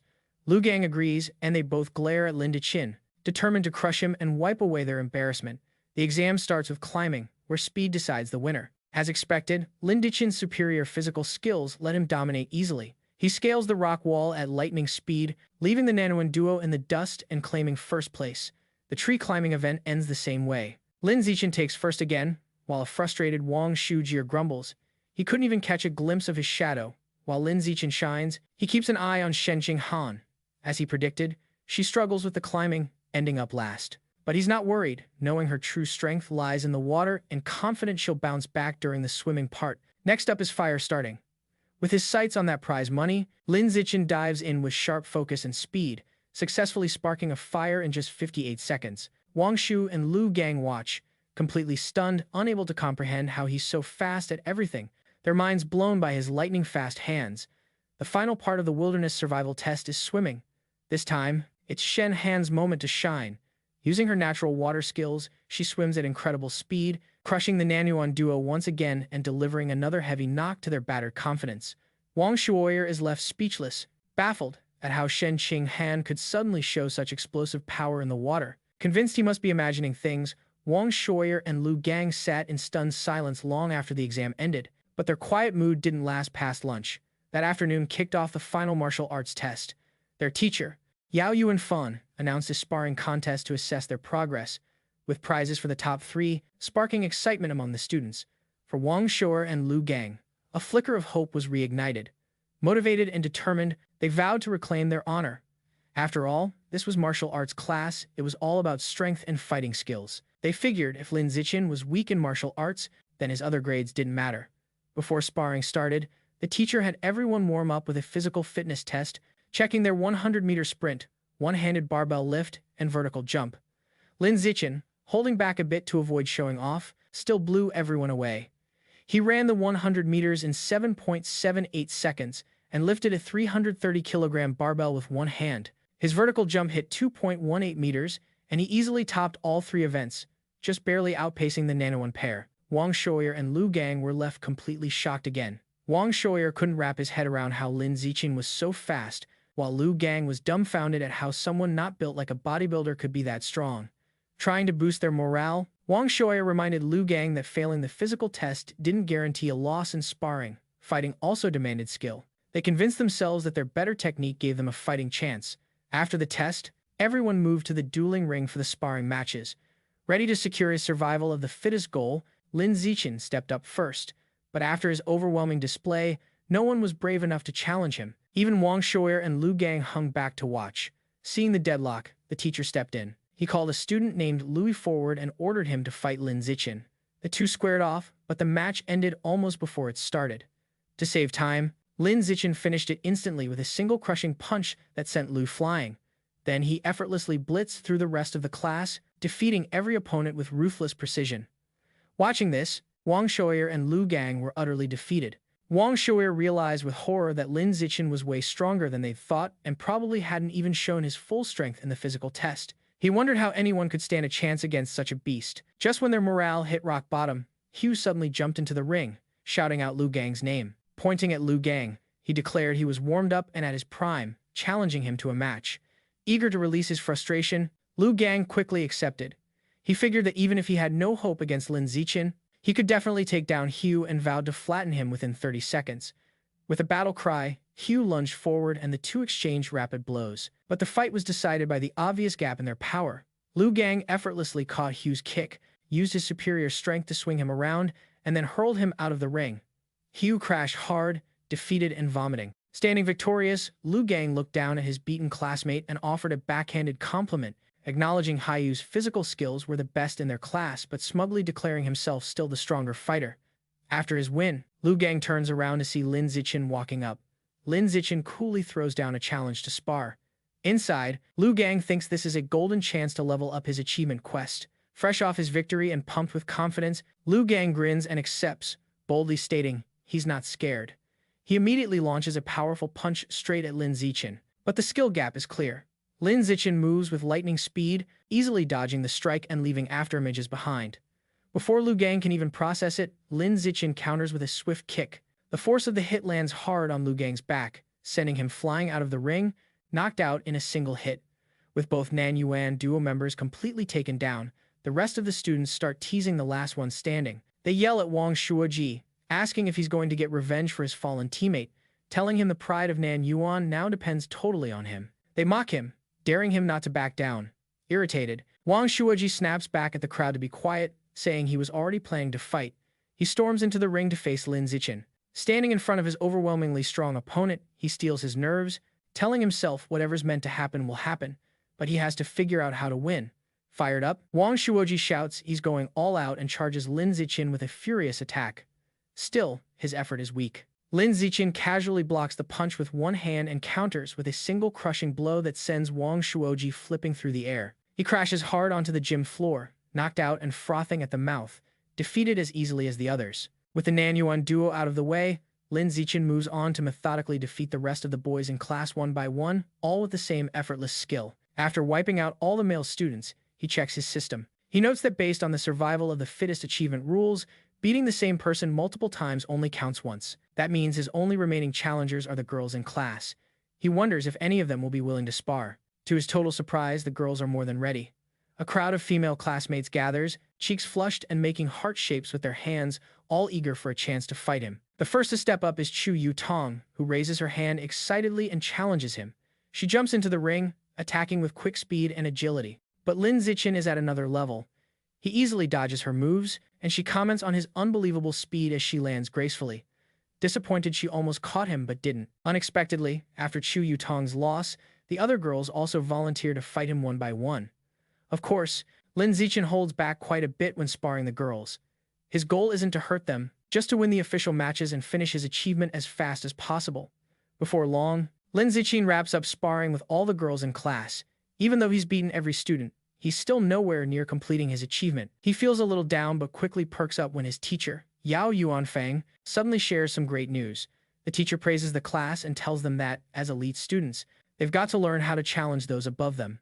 Then he announces that, in 1 month, their class will face off against the toughest regular class in the second year, and he expects them to be fully prepared. Lin Zichin, who was just getting frustrated over the lack of strong opponents to speed up his survival of the fittest goal, is ecstatic. A fresh challenge has been served right to his doorstep, a real blessing in disguise. After class is dismissed, a humbled lug gang approaches Lin Zichin. He admits he'd underestimated the school and vows to see Lin Zichin as his rival for the next 3 years. Lin Zichin realizes that with the teacher's plan to keep pushing challenges against other classes, finishing his achievement within a year might actually be doable. Wang Shuier also steps up, determined to erase the embarrassment of his loss before graduation. Lin Zichin, though, is thinking more about the perks. He reckons he's earned over 3,000 yuan just from exam prizes. That excites him, because now he can buy more beast meat. He clenches his fist, ignoring the non-Yuan duo, who stew in frustration at his cocky brush-off. Later that night in his room, he reflects on his finances. Although he gained some cash from rewards, it's still nowhere near enough to buy all the beast meat he needs. To raise more money, he decides to follow in his parents' footsteps and signs up as a web novel author, kicking off his writing journey. Thanks to his celestial root of wisdom, his writing is top-notch. The next morning, he finds a contract invitation from the Yuiwen platform in his messages. After signing on, a news story from that day grabs his attention. The report covers a terrifying event just 2 hours earlier. A massive mutant rat attacked a frozen meat storage facility on the edge of the city. The news goes into grim detail about the horrific attack. The mutant rat was over 5 meters long and so strong it bit a responding cyborg clean in half. In a last-ditch move, the cyborg triggered its hidden backup energy core to self-destruct, taking the beast down with it. The explosion was huge, blowing the giant mutant rat into fragments instantly.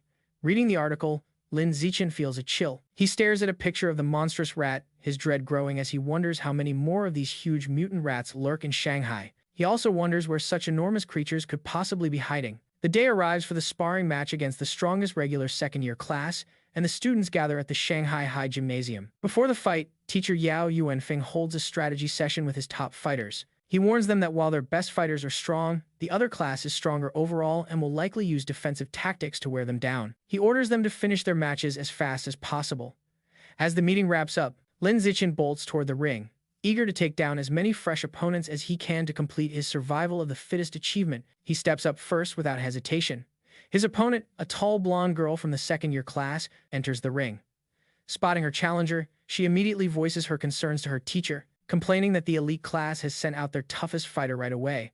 She says she's the weakest in her class and wonders how she's supposed to stand a chance. Hearing this, teacher Yao Yuanfang storms over to the other teacher, an older man he calls Brother Fun, and angrily accuses him of breaking the unspoken class sparring rules, which say the weakest students should fight first.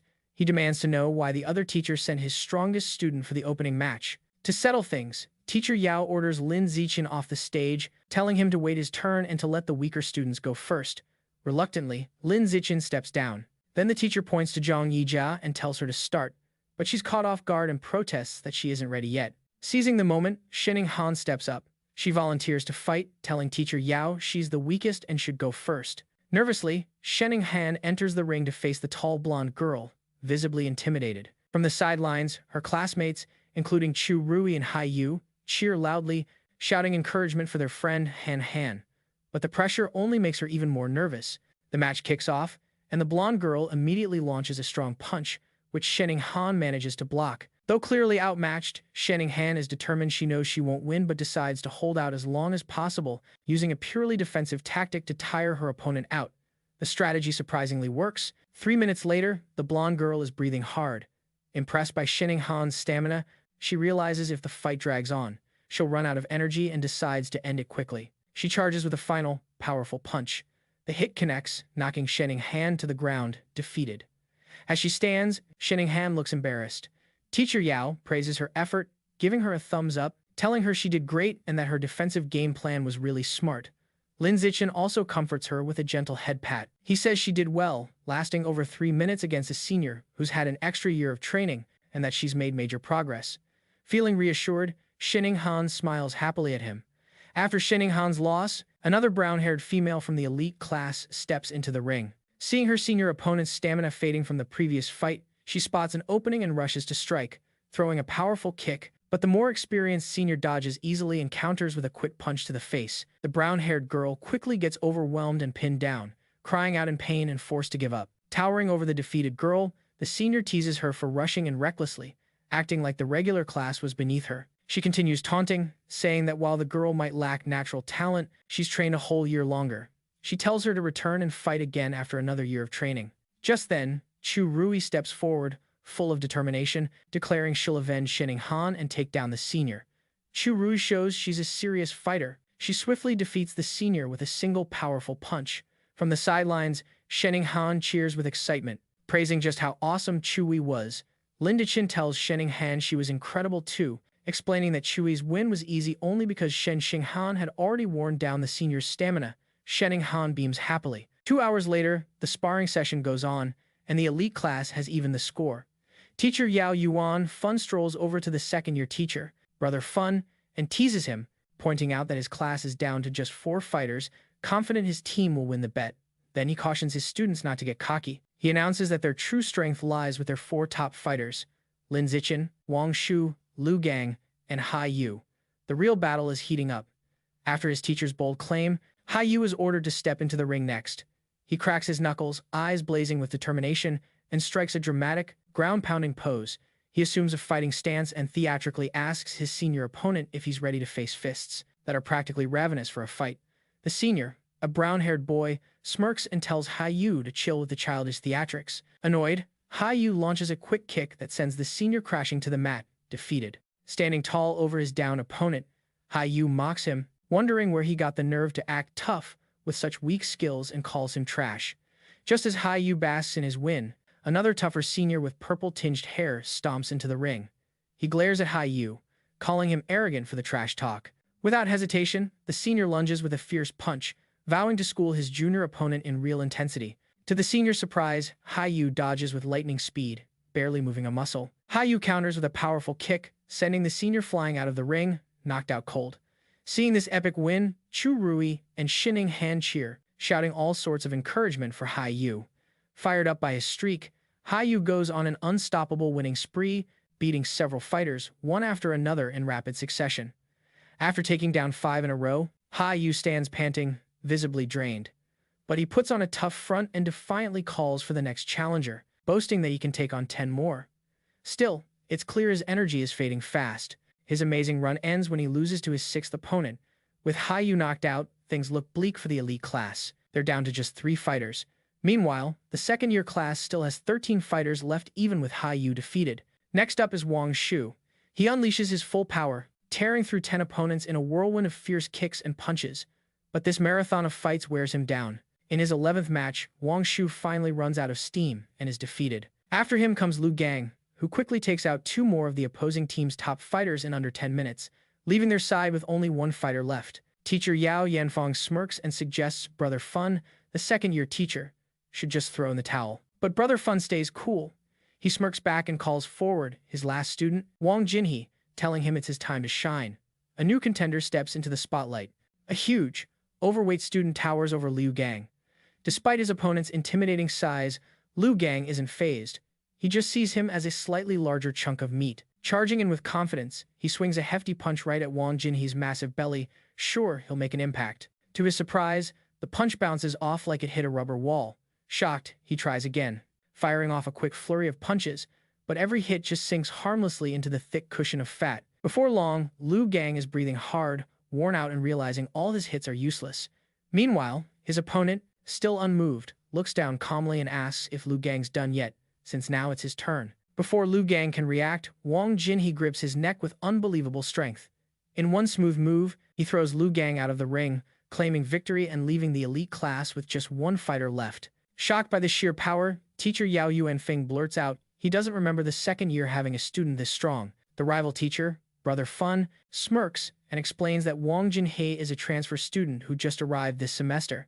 Then he smugly reminds Yao about their bet, telling him it looks like he's going to lose and will owe dinner to the entire opposing class. Realizing he's been blindsided by his rival's secret weapon, teacher Yao clenches his fist in frustration, worried not even Lin Zichin can take down this monster. Despite his doubts, he puts on a brave face for his last student. Placing a hand on Lin Zichin's shoulder, he tells him it's his turn and encourages him to just do his best, reminding him that the experience is what really counts, not just winning. Lin Zichin simply smiles and assures his teacher he'll come out on top, leaving the man speechless. Stepping into the ring, Lin Zichin faces Wang Jinhe, who looks him up and down, unimpressed. He dismisses Lin Zichin as looking too weak to be his class's final ace. From the sidelines, Shanghai Han, Chu Rui, and the other elite class girls shout insults at Wang Jinhe, calling him an arrogant fatty and cheering Lin Zichin on to teach the dead pig a lesson. Annoyed by the heckling, Wang Jinhe offers a handicap. He tells Lin Zichin he'll stand still and let him land 10 free hits, explaining that he doesn't want Lin Zichin or his fangirls complaining later that he was just bullying a smaller guy. Lin Zichin accepts the offer eagerly. Wang Jinhe tells him to come at full force. Without hesitation, Lin Zichin delivers a single devastating punch to Wang Jinhe's giant belly. The blow's so powerful it sends the massive guy flying through the air before crashing hard onto the floor, knocked out cold. Both classes fall silent in shock, until the elite class erupts into a loud, tearful cheer celebrating Lin Zichin's incredible victory. Moments later, Wang Jinhe slowly stirs, completely dazed, mumbling about being confused and how the result made no sense and defied all logic. After Lin Zichin's win, the second-year teacher approaches Yao Yuanfeng, the elite class's instructor. He comments on how powerful Lin Zichin is, comparing his one-punch knockout of Wang Jinhe to a former prodigy named Wu Yan. Yao Yuanfeng responds that although Lin Zichin is strong, he hasn't quite reached Wu Yancheng's level yet. He goes on to explain that Wu Yancheng was a legend who even the principal feared as a first-year student. Catching the name, Lin Zichin approaches and asks his teachers who this Wu Yancheng is. Yao Yuanfeng eagerly shares that Wu Yancheng was a legendary figure from a few years back. As a first year, he stunned the school leadership by single-handedly defeating the entire third-year elite class. The teacher continues, listing Wu Yancheng's incredible stats when he was a freshman. A 100-meter sprint in 6.12 seconds, a vertical jump of 3.96 meters, and a one-handed barbell lift of 650 kilograms. He then asks Lin Zichin if he's impressed. Lin Zichin smiles nervously, admitting he's somewhat amazed. However, in his mind, he figures Wu Yancheng's feats just match the strength he had during his 6th grade summer break. That evening, the class throws a celebration at a local restaurant. Teacher Yao Yuanfeng raises a soda for a toast, happily announcing that since Lin Zichin locked in their victory, the second-year teacher had to honor the bet and foot the bill for the whole feast. The whole class raises their glasses, cheering for Lin Zichin's win. During dinner, Lin Zichin finds himself surrounded by classmates, including Hugh and Shu Rui, who've become pretty famous around school. Everyone eagerly asks about his training secrets and tries to add him on WeChat.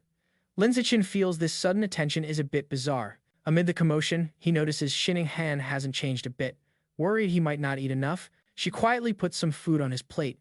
During the party, Shanghai Han suddenly looks shocked. Flustered, she quickly tells Lin Zichin she needs to hit the restroom and rushes away. As she leaves, Lin Zichin thinks some things never change, like her habit of needing the bathroom when she's nervous or excited. In the restroom, 2 female classmates gossip. One complains about how Shanghai Han dotes on Lin Zichin like a personal assistant, always pouring his drinks and peeling his shrimp. The other agrees, wondering how someone as weak as Shanghai Han managed to get into the elite class, if not by clinging to him. She cruelly adds that their relationship won't last because the gap in abilities is bound to tear them apart. Unnoticed, Shanghai Han overhears everything and is clearly hurt, but instead of hiding, she stands up for herself. With newfound confidence, she firmly tells the shocked girls she's no sycophant. She's his childhood friend. Later that night, as they walk home, Lin Zichin notices she seems down and asks what's wrong. Looking sadly at the ground, Shanghai opens up. She explains her mom always told her she'd eventually stop wetting the bed, but she admits, frustrated, that even now she still needs to wear diapers to bed every night. Looking up at him, she confesses she feels broken, like she can't even control her own bladder. Lin Zichin looks at a distressed Shanghai and firmly assures her that she's not disabled. He gently rests his hands on her shoulders to offer comfort, explaining that her struggle to control her bladder is actually an undeveloped superpower still in the making. Shanghai gazes up with wide, hopeful eyes, wondering if it truly could be a superpower. Lineage confirms it, explaining that her natural knack for water is actually a sign of her special power. Curious, Shanghai asks if his own incredible skills mean he's got a superpower too. Lineage confidently tells him that, yep, just like her, he's got a superpower as well. Shanghai gets pumped, wondering what kind of ability he might have. Lin Zichin reassures her it's definitely going to be a strong one, but right now, their way is blocked. A specialized team in protective suits is coordinating outside a building, with an officer using a megaphone to tell everyone to keep back while they handle a rat infestation. Their focus shifts to the chaos happening inside. A man wearing an apron wildly swings a broom at a swarm of giant rats, trying to fend off the exterminators. He yells at the officers to stop, begging them not to kill his brothers. His face twists with pain and anger as he keeps shouting. Enraged, the man rushes at the officers, shouting he'll fight them to the end.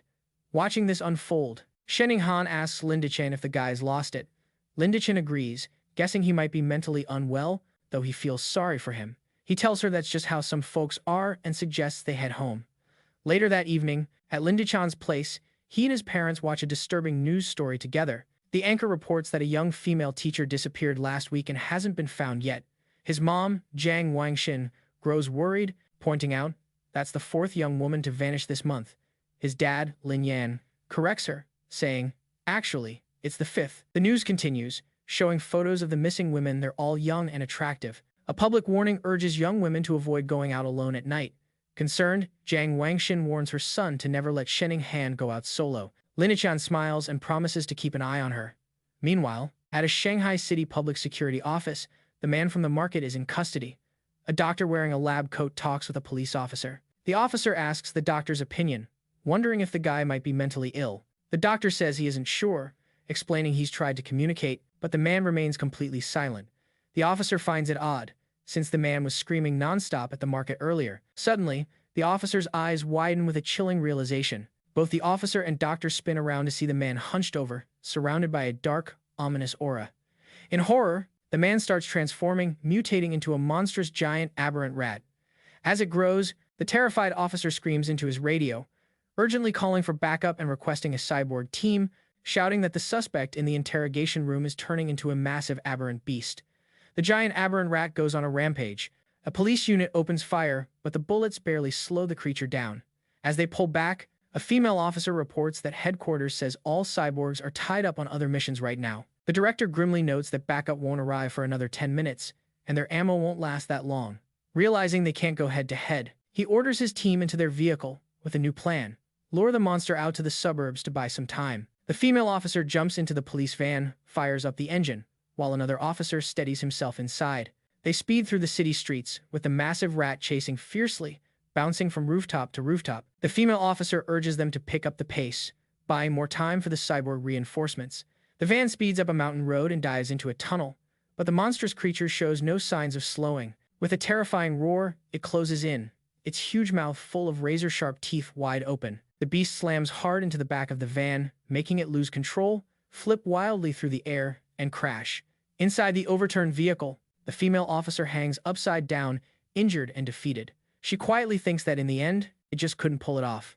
Just as the giant mutant rat barks a victory roar over the wreck, a massive explosion engulfs it. Rescue arrives in the form of a female cyborg with short purple hair and sleek armor, hovering in the air. She locks onto the target and unleashes a hail of vibrant purple missiles that slam into the monster, triggering a chain of fiery explosions while she commands, "Eliminate."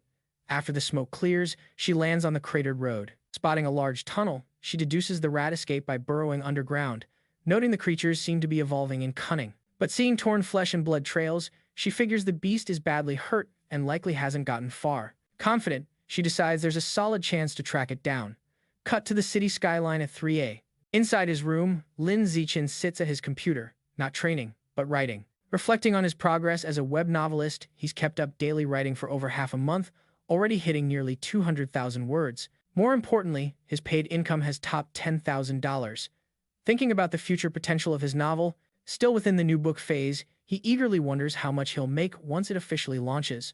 Too excited about his earnings to sleep, Lin Zichin chooses to train instead. He heads to a deserted, unsurveyed alley to test his new skills. While practicing, he's pleased with his gains. His 100-meter sprint time has dropped to an incredible 3:43.43 seconds, and his vertical jump now hits 7.22 meters. He feels confident that if he keeps up this pace, he's on track to achieve what he calls his saintly body. His training is suddenly interrupted by a disturbing, gnawing sound. Turning around, he spots a shadowy figure crouched in a dark corner. The figure is a grotesque rat-like creature, a mouseman chewing on a human arm. Noticing Lin Zichin, the creature pleads for mercy, explaining it was simply too starving. It oddly promises that once satisfied, it will come back every year to pay respects. Lin Zichin freezes in horror as he recognizes the creature as a mouseman. Instantly, he connects this scene with the news report about the giant mutant rat that escaped. Growing increasingly uneasy, he wonders if this is the same beast, now transformed into a more humanoid, but equally terrifying form. Realizing the immense danger, Lin Zichin decides he must alert the police. But just as he turns to leave, the mouseman panics, convinced he's about to become its next meal. It stammers it doesn't need to eat him and could find others instead. Before Lin Zichin can react, the creature springs into motion. With blinding speed, it leaps off alley walls, ricocheting side to side in a blur of lightning-fast jumps. It stammers that it doesn't have to eat him and can go search for others to devour instead. Before Lin Zichin reacts, the creature springs into motion. It rockets off the alley walls with blinding speed, bouncing from side to side in a rapid-fire series of jumps. The mouseman lunges wildly, letting out a piercing scream, driven by hunger that drowns out all fear. It wants to feast on human flesh. The attack comes so fast that Lin Zichin barely has time to react. With no chance to dodge, he stands his ground and confronts the beast directly. As the creature barrels forward, Lin Zichin meets its charge with a single, crushing kick right to its jaw. The hit spins the mouseman through the air before it crashes hard against the ground. Struggling, the beast rises, clutching its bleeding chest, staring at Lin Zichin in stunned disbelief. How could a fragile-looking student pack such raw power? Dazed and wounded, the mouseman locks eyes with Lin Zichin, still shocked by the unexpected strength it's facing. Before it can shake off the blow, a rock whizzes through the air, smashing into its head. Sensing opportunity, Lin Zichin goes all in, unleashing a furious rain of rocks, launching them with sharp precision and incredible speed. The mouseman stands no chance, overwhelmed by the non-stop barrage, unable to defend as stones pummel its body relentlessly. After a few moments, the assault ends. Lin Zichin stands at the alley's edge, breathing hard, his gaze fixed on the spot where the creature fell, now completely still. He moves forward carefully and discovers his attack was even more brutal than he had imagined. The mouseman is destroyed, reduced to a steaming heap of skeletal fragments. Wondering if the beast is truly gone, Lin Zichin reaches out to touch the bones. A rush of blue energy surges into him, and a system notification pops up. He's absorbed a trace of the giant mutant rat's life force, moving his codic progress up to 7%. Disappointed, he notes this time he only gained 2%, unlike the 5 from the scorched remains earlier. He figures the difference must come from how much of the Rat King gene each mutant had consumed. Realizing dawn is near and the streets won't be safe much longer, he decides to head home. Moments after he leaves, a purple-haired female cyborg drops silently into the empty alley, standing over the still steaming bones, curious about who managed to kill the Ratman. The scene then cuts to a shadowy building where a dark ritual is underway. A hooded cultist carries an unconscious woman to a glowing red summoning circle. Gently setting her down, he kneels, offering her to his lord, the rat god, as a sacrifice.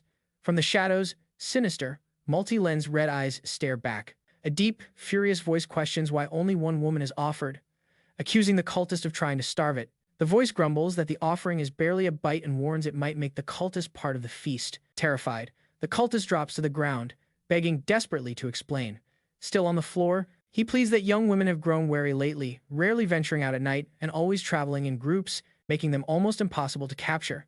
The looming shadowy rat god commands in its deep voice that if women are too hard to catch, he should capture young men instead. The cultist nods in swift agreement. Suddenly, a large, bloody chunk of raw meat is thrown onto the floor. Grabbing it eagerly, the cultist devours it straight away, thanking his lord rat god for this gift. As he eats, the ritual ramps up to its grisly peak. Massive red tentacles erupt from the summoning circle, coiling around the unconscious woman and lifting her high. The rat god's monstrous, multi-eyed maw opens wide and swallows her whole. Munching and crunching sounds fill the room. After he finishes eating, the Lord Rat God offers one last eerie command. It tells the cultist to avoid capturing ordinary folks next time, complaining their meat tastes too bitter. The creature insists it wants to feast on nobles living the high life, believing their meat will be way more tender. To boost Han's martial arts skills, Lin Zichin hosts special training sessions at her place. In one of these sessions, he steps in as her personal coach, tweaking her technique. He fixes her arm, stance, and shoulders, breaking down how to generate more power and better balance. Once she's got her posture right, he challenges her to strike with full force. She lunges with a fierce punch, and Lin Zichin easily catches her fist, praising her for the precise angle and stronger hit. He also stops her follow-up kick, spots a mistake in her form, and shows her the right move by guiding her leg into the perfect position. After that tough session, a sweaty and worn-out Han collapses on the floor. She catches her breath and tells him that although she's wiped out, she can really feel her martial arts getting stronger. Still on her knees, motivated Han tells Lin Zichin that training 3 times a week isn't quite enough and asks if they can train every day. Lin Zichin replies that it's not necessary, explaining her body wouldn't handle daily high-intensity workouts. She agrees and decides to keep their current schedule. Right then, Lin Zichin's phone vibrates. Pulling it out, Han leans in, curious if it's some special news. He glances at the screen and sees 2 major headlines. The first says Gene Corporation will offer free treatment to former mechanical prodigy girls disabled by early robotic mods. The second, more surprising report says a genius from Beijing University has fused with a 1,000-threaded spider beast gene, smashing the record for the youngest person ever to have a dual gene fusion. Lin Zichin's eyes widen as he reads this second story, instantly realizing this genius must be the prodigy he's been competing against from the capital for years. Most people can't handle gene fusion before adulthood because their bodies react badly to beast genes, risking serious mutations. But now, this prodigy has pulled off his second gene fusion at just 18. Lin Zichin wonders about the prodigy's insane physical talent and whether gene fusion is truly the ultimate path to power. Meanwhile, Lin Zichin is fully focused on his new gig as a web novel author. Thanks to his lightning-fast writing skills, his novel becomes an instant hit. The comment section is buzzing with readers impressed by his output, with one jokingly calling him a tentacle monster for cranking out 50,000 words on day 1. Lin Zichin thinks about his advanced use and celestial root of wisdom skills. After just a month of practice, he can type 10,000 words per hour. That means he only spends about an hour a day writing, leaving plenty of free time for training. His dad, Lin Yan, steps in, praising his success. He figures if Lin Zichin keeps a solid plot and that 10,000-word daily pace, he could make around 50,000 watts in his first month. He adds that once the novel's word count grows, earning 100,000 yen a month wouldn't be a big deal. Lin Zichin is over the moon.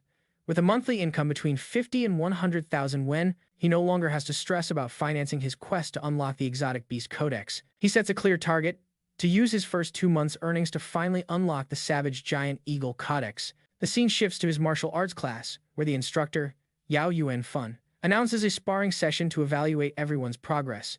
Lin Zichin's sheer power shines brilliantly.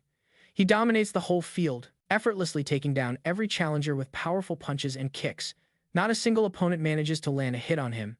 After the session, his teacher hands him his prize money. Lin Zichin looks back on the day feeling great. Not only did he pocket another 888 yen, but he also racked up valuable experience points towards his survival of the fittest achievement.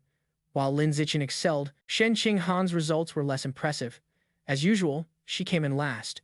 Her friend Chu Rui tries to cheer her up. Still, her training with Lin Zichin shows it's paying off.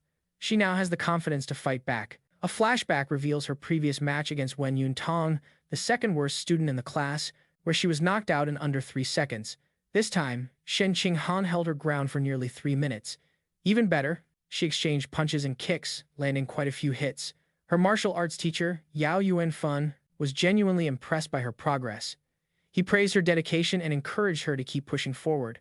As the sparring wrapped up, the teacher called the class together for some big news. He announced that in 1 month, their class would challenge the elite second-year class, setting a bold goal to defeat every student except their top 3 fighters. The class erupted with confident cheers.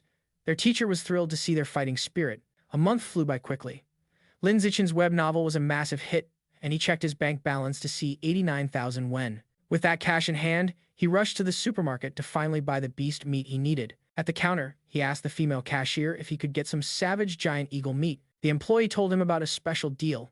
If he bought 100 jin all at once, he'd get a 5% discount. After thinking for a moment, Lin Zichin decided to hold off on the purchase for now. He figured it made more sense to wait until he'd saved enough to get all 100 jin together and snag the discount, expecting he'd have enough by next month. The very next day at school, Shen Qinghan eagerly tells Lin Zichin that there's a new stir-fry counter in the cafeteria, and she heard the chef's dishes are amazing. He agrees to check it out with her. They reach the counter, where a few chefs are busy cooking, and both are wowed by the incredible smells. After grabbing their meals, they sit down at a table. Lin Zichin mentions it's lucky they came early since a long line already formed behind them. Their meal is interrupted by a loud dispute in the line. One student accuses another of cutting in line, but the second argues that his deskmate was holding his place. The argument heats up with the first student insisting that holding a spot still counts as cutting, and the second standing his ground defiantly. Shenning recognizes one of the voices and points out to Lin Zichin that their buddy Heiyu is the one in the middle of the argument. She asks if they should go check on him. Lin Dian casually glances over and says it probably isn't necessary. Noticing Heiyu's fierce vibe and how he seems to have already scared off one guy, Lin Zichin's guess is off. The student Heiyu was arguing with isn't backing down, looking down at Heiyu with a smug grin and calling him a punk. Heiyu finds himself surrounded as the other students' friends join in. The group's leader asks Heiyu what his problem is. One of the bullies smirks and says there's no problem, they're just cutting the line. Furious, Heiyu yells at them to get in the back. Shocked by their nerve and outnumbered, Heiyu still tries to hold his ground, spreading his arms to block their way while wondering why no one in the busy cafeteria is stepping up. At their table, Shenning watches with concern and tells Lin Zichin that their friend Heiyu is getting bullied. Just as the bullies are about to push Heiyu aside, a hand lands on the leader's shoulder. It's Lin Zichin, his face shaded and intimidating. He calmly asks the student to please get in line properly. The bully turns with a cocky smirk, defiantly asking what he'll do if he refuses. Instead of escalating, Lin Zichin flashes a sly smile. He pulls out his phone and coolly says he's going to report him. The lead bully scoffs, calling reporting lame. Heiyu smirks next to Lin Zichin, who snaps back that cutting in line is way more shameful. Not wanting to be reported, the bullies grumble and back off, annoyed. The scene switches to a fancy villa in an upscale neighborhood of Shanghai, where the rat god cult holds a secret meeting. Their leader, dressed in a black hooded robe, sits on a throne-like chair and addresses the group. He announces that one member, Sha Chang, is dead, explaining he went mad at the market and was killed after provoking security. Another cultist mutters it's a relief. Then, the leader introduces a newcomer who will take Sha Chang's place. He delivers a chilling new order from their rat god lord. From now on, they must capture and sacrifice only noble elites because ordinary folks aren't bitter enough for their god. This shocks some members. Two speak up, arguing that targeting nobles is too risky. They point out that while a missing regular might get ignored, a missing noble causes serious headaches. The leader suggests they go after the sons of rich but powerless merchants to keep risks low. Then he shifts his gaze to the newcomer. He tells him that since he's new, he shouldn't go after nobles yet. Instead, he's to practice by capturing a handsome young man as an offering to one of the rat god's lieutenants. The newcomer, face hidden under his hood, confidently accepts the task, promising to bring not just any handsome guy but the most handsome man in the entire city to the divine child. Back in the classroom, Heiyu is still steamed over the cafeteria incident. He tells Lin Zichin he checked into the students, cutting the line, and found out they're from class 3 of the second year, the same elite honors class they're about to challenge. He's shocked that students from such a top-tier class could act so disrespectfully. Leaning casually against the lockers, Linikin glances at his phone and comments that having good grades doesn't automatically mean good manners. His expression changes as a breaking news alert pops up. He reads that yet another rich heir has gone missing, the 5th one just recently. Noticing that the kidnappers haven't demanded any ransom and recalling the rat god cult's orders to capture nobles, Lin Zichin grimly figures out the cult is pulling the strings behind these disappearances. The big competition day arrives, and students fill a spacious gym with 2 fighting arenas. The tension between classes is thick as the bullies who targeted Hugh glare down at him, and Hugh boldly gestures back defiantly. After both classes warm up, the sparring matches kick off just like she did last time. Shen Xinghan steps into the first fight. Her opponent, a senior from the honors class, immediately launches a fierce kick. Shen Xinghan blocks it, but the senior's power overwhelms her. Her defense cracks, and she's knocked down, losing the match. This senior's skill is intimidating, as other first-year girls, including Chu Rui, also get taken down quickly, one after another, without landing a single hit.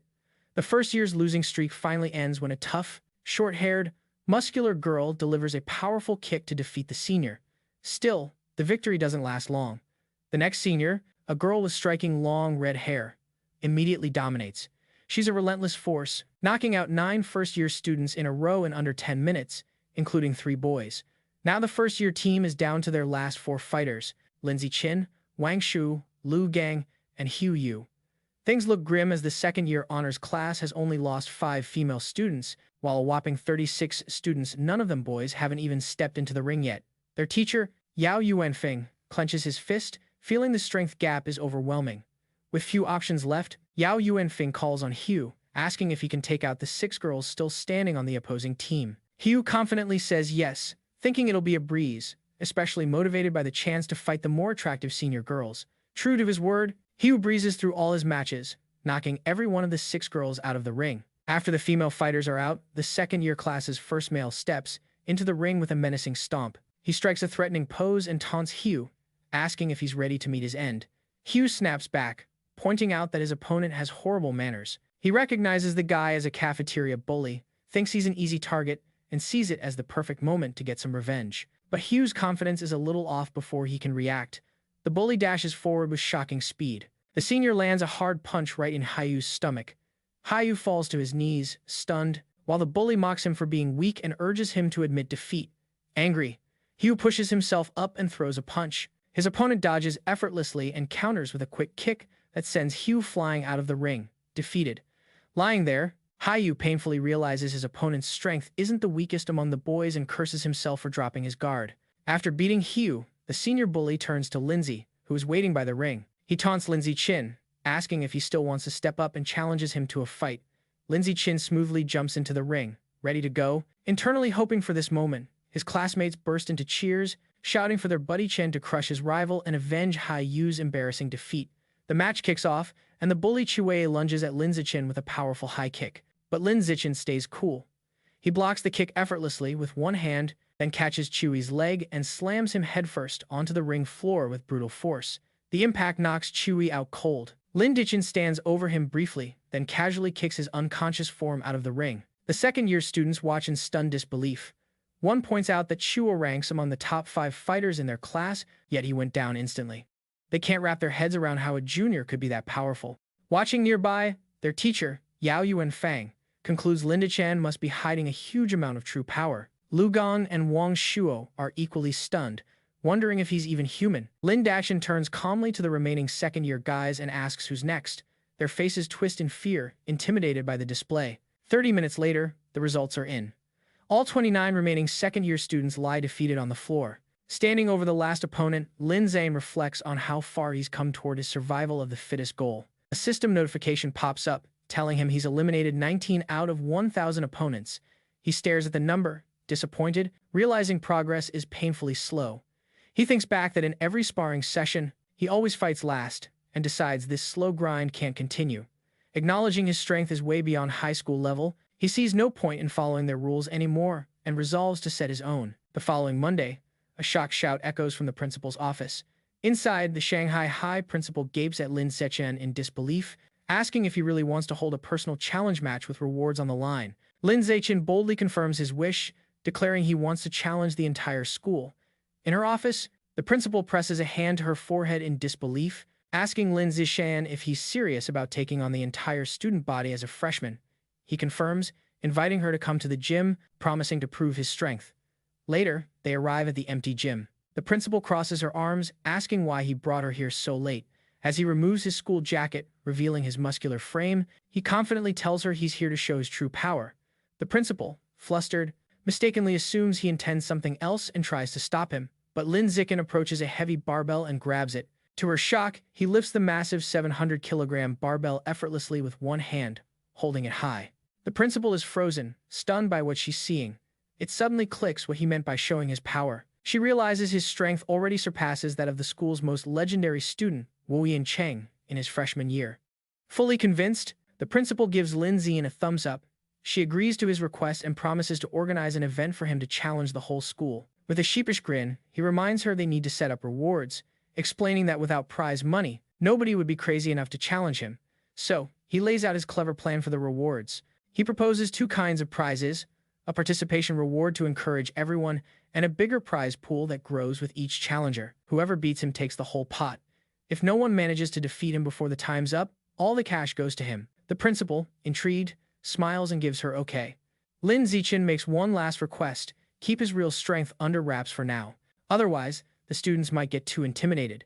She ruffles his shoulder with a grin and agrees. Later, in her office, she shows Lin Zichin the finalized plan. He nods approvingly, thanking her for the effort. As they chat, two teachers, Yao Yuanfang and Liu Duran, stroll by. They're stunned to see the principal unusually cheerful around Lin Zichin, wondering what on earth is happening.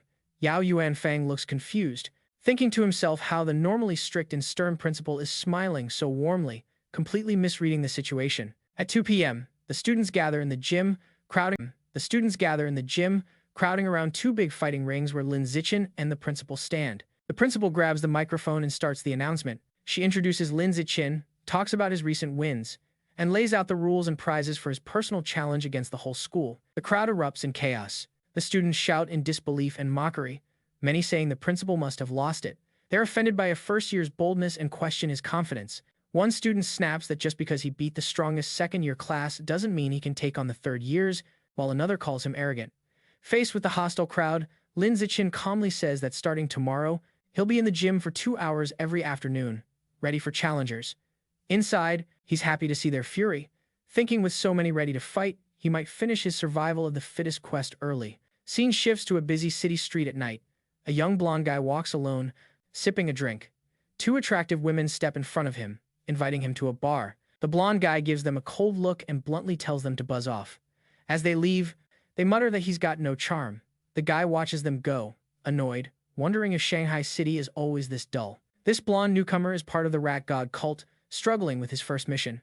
Looking at people around him, he grumbles that after days of searching, he still hasn't found a single man good-looking enough to be a worthy sacrifice. He's consumed by anxiety, picturing his cult leader and worrying how he'll look if he fails. He's scared that failure means getting kicked out or shunned. He thought about kidnapping a male celebrity but quickly ruled it out since they're always surrounded by bodyguards, and he's powerless against them.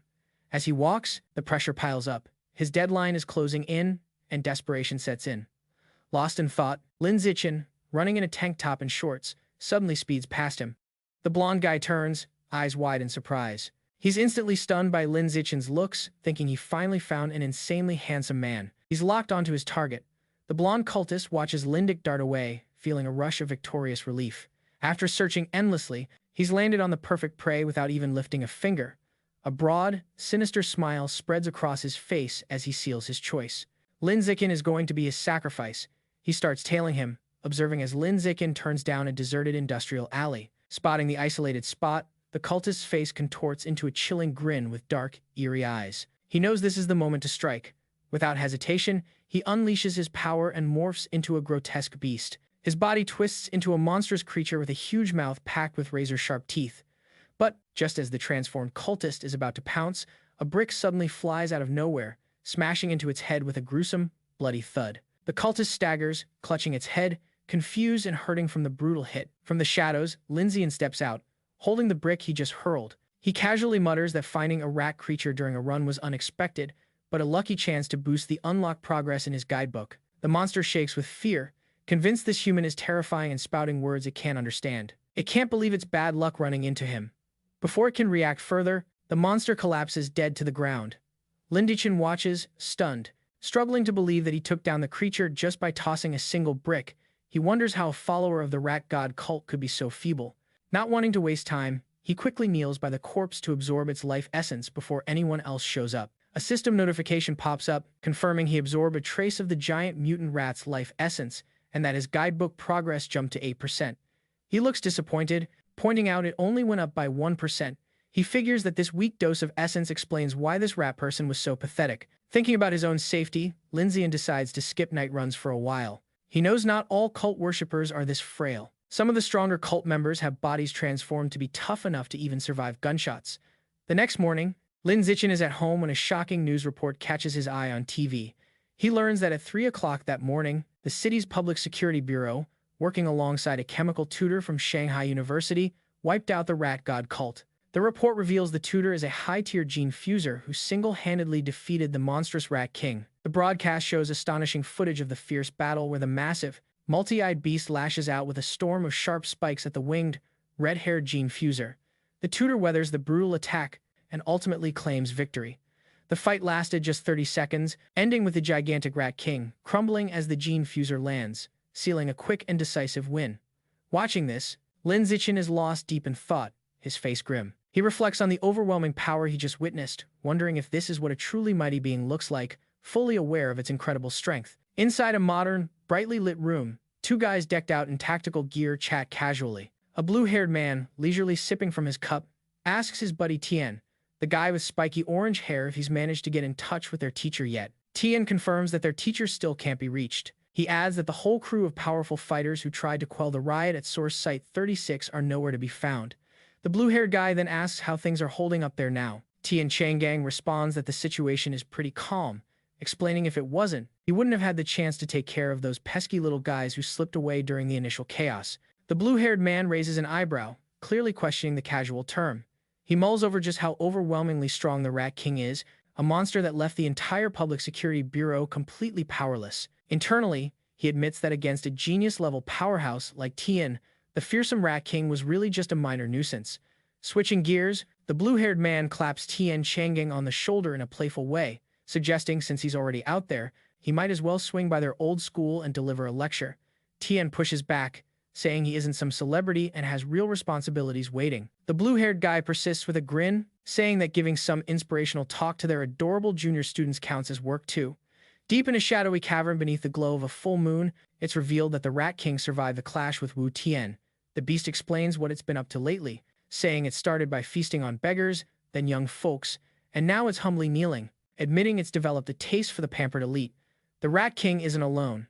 It bows before a new, far scarier monster, a massive green-skinned giant with glowing red eyes and overwhelming power. This new beast reprimands the Rat King harshly, telling it that it went through all the trouble to bring the Rat King here to dig tunnels for their clan. Instead, the Rat King went off eating people and stirred up a huge ruckus that attracted way too much attention. The giant monster glares down, threateningly asking if the Rat King thinks it deserves to die for messing up. Trembling, the Rat King begs its master for another shot. The giant considers it and agrees to give the Rat King one more chance, but warns there's going to be a cost. Without another word, the monster slashes at the Rat King with its claw, spraying blood everywhere.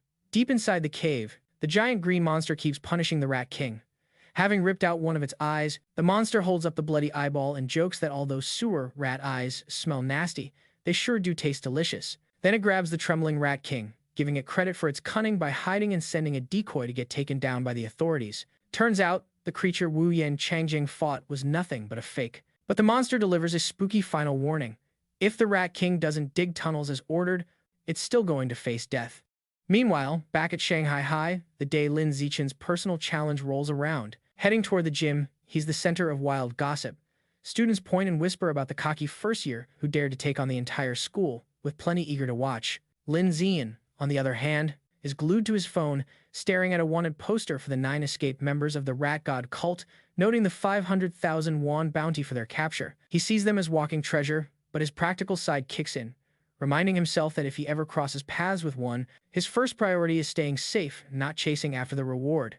When he arrives at the gym, he finds it packed with students gathered around the fighting rings, just like he hoped. Scanning the crowd of potential fighters, he understands the huge turnout isn't just because of his challenge, but also thanks to the final part of his plan, the participation prize.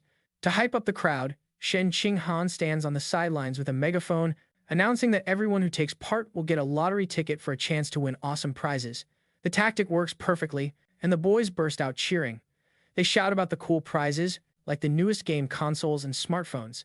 However, one boy seems more excited about possibly getting to touch Shen Qinghan's hand during the lottery. That same boy eagerly steps forward to be the first volunteer, but before he can finish his sentence, a female student jumps over him, stepping on his head as she declares she'll be the first. This sparks a mad rush, and a chaotic crowd of girls storms forward, pushing past the boys to grab their chance to fight Lin Zichin. Soon, the fighting ring is packed with girls who surrounded Lin Zichin, all excitedly declaring they want to challenge him. But the challenge quickly turns into his female classmates fawning over him. One girl grasps his arm, giggling about how strong he feels, while another gently strokes his face, complimenting how handsome he looks. Surrounded like this, Lin Zichin thinks the situation has taken an unexpected turn. He feels awkward about fighting girls but steels himself, knowing he has to push through to reach his goal. He starts focusing his energy with a series of firm, controlled pushes, picking the girls off one by one and tossing them out of the ring. At last, he releases a wave of power that pushes them all away at once, apologizing as the ring clears. After the dust settles, Lin Zichin checks his system. A notification shows his progress on the survival of the fittest achievement has hit 309 out of 1,000. Even though they lost, the girls are unfazed. One with pink hair eagerly raises her hand, shouting that she wants to challenge him again. But Lin Zichin stands firm and coolly reminds them that, according to the rules, defeated challengers can't try again. The girls look disappointed, with one complaining that the rule is unfair. A huge, muscular student and his buddies step up, their leader cracking his knuckles and angrily declaring it's his turn to teach the cocky junior a lesson. But that's all talk. Lin Zichin keeps knocking down opponent after opponent with just a punch, no sweat. His system shows his survival of the fittest score climbing all the way up to 419 out of 1,000. Soon, he's standing tall on top of a mountain of unconscious students, coolly asking who's next. Right then, a tougher challenger steps forward, insisting he's still ready to fight as he leaps into the ring. The other students instantly recognize him as Yan Xiaoan, the big boss from the second year's honor class. They start whispering, guessing who will come out on top. Most think Yan Xiaoan has the upper hand. They remember his epic feat of once taking down a whole class all by himself, though he was eventually humbled by a third-year instructor. Yan Xiaoan lands in the ring and addresses Lin Zichin, telling him he used to be just as arrogant but learned a tough lesson that there's always someone stronger out there. Then, he launches into a condescending speech, offering to give Lin Zichin a similar life lesson. Lin Zichin doesn't even bother listening and turns to the teacher, simply asking if he can get started. The flustered teacher quickly signals the match to begin. Before Yan Xiaoan can finish his talk, Lin Zichin cuts him off with a single crushing kick that sends him flying across the ring.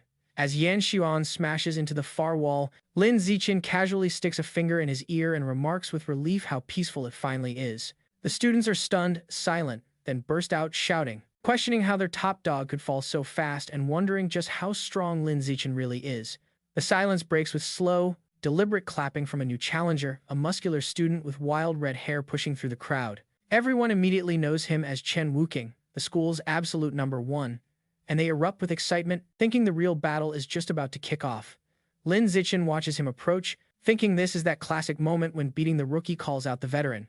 Chen Wuking lands in the ring with a confident grin, saying he never thought Yan Xiaoan would lose to a junior.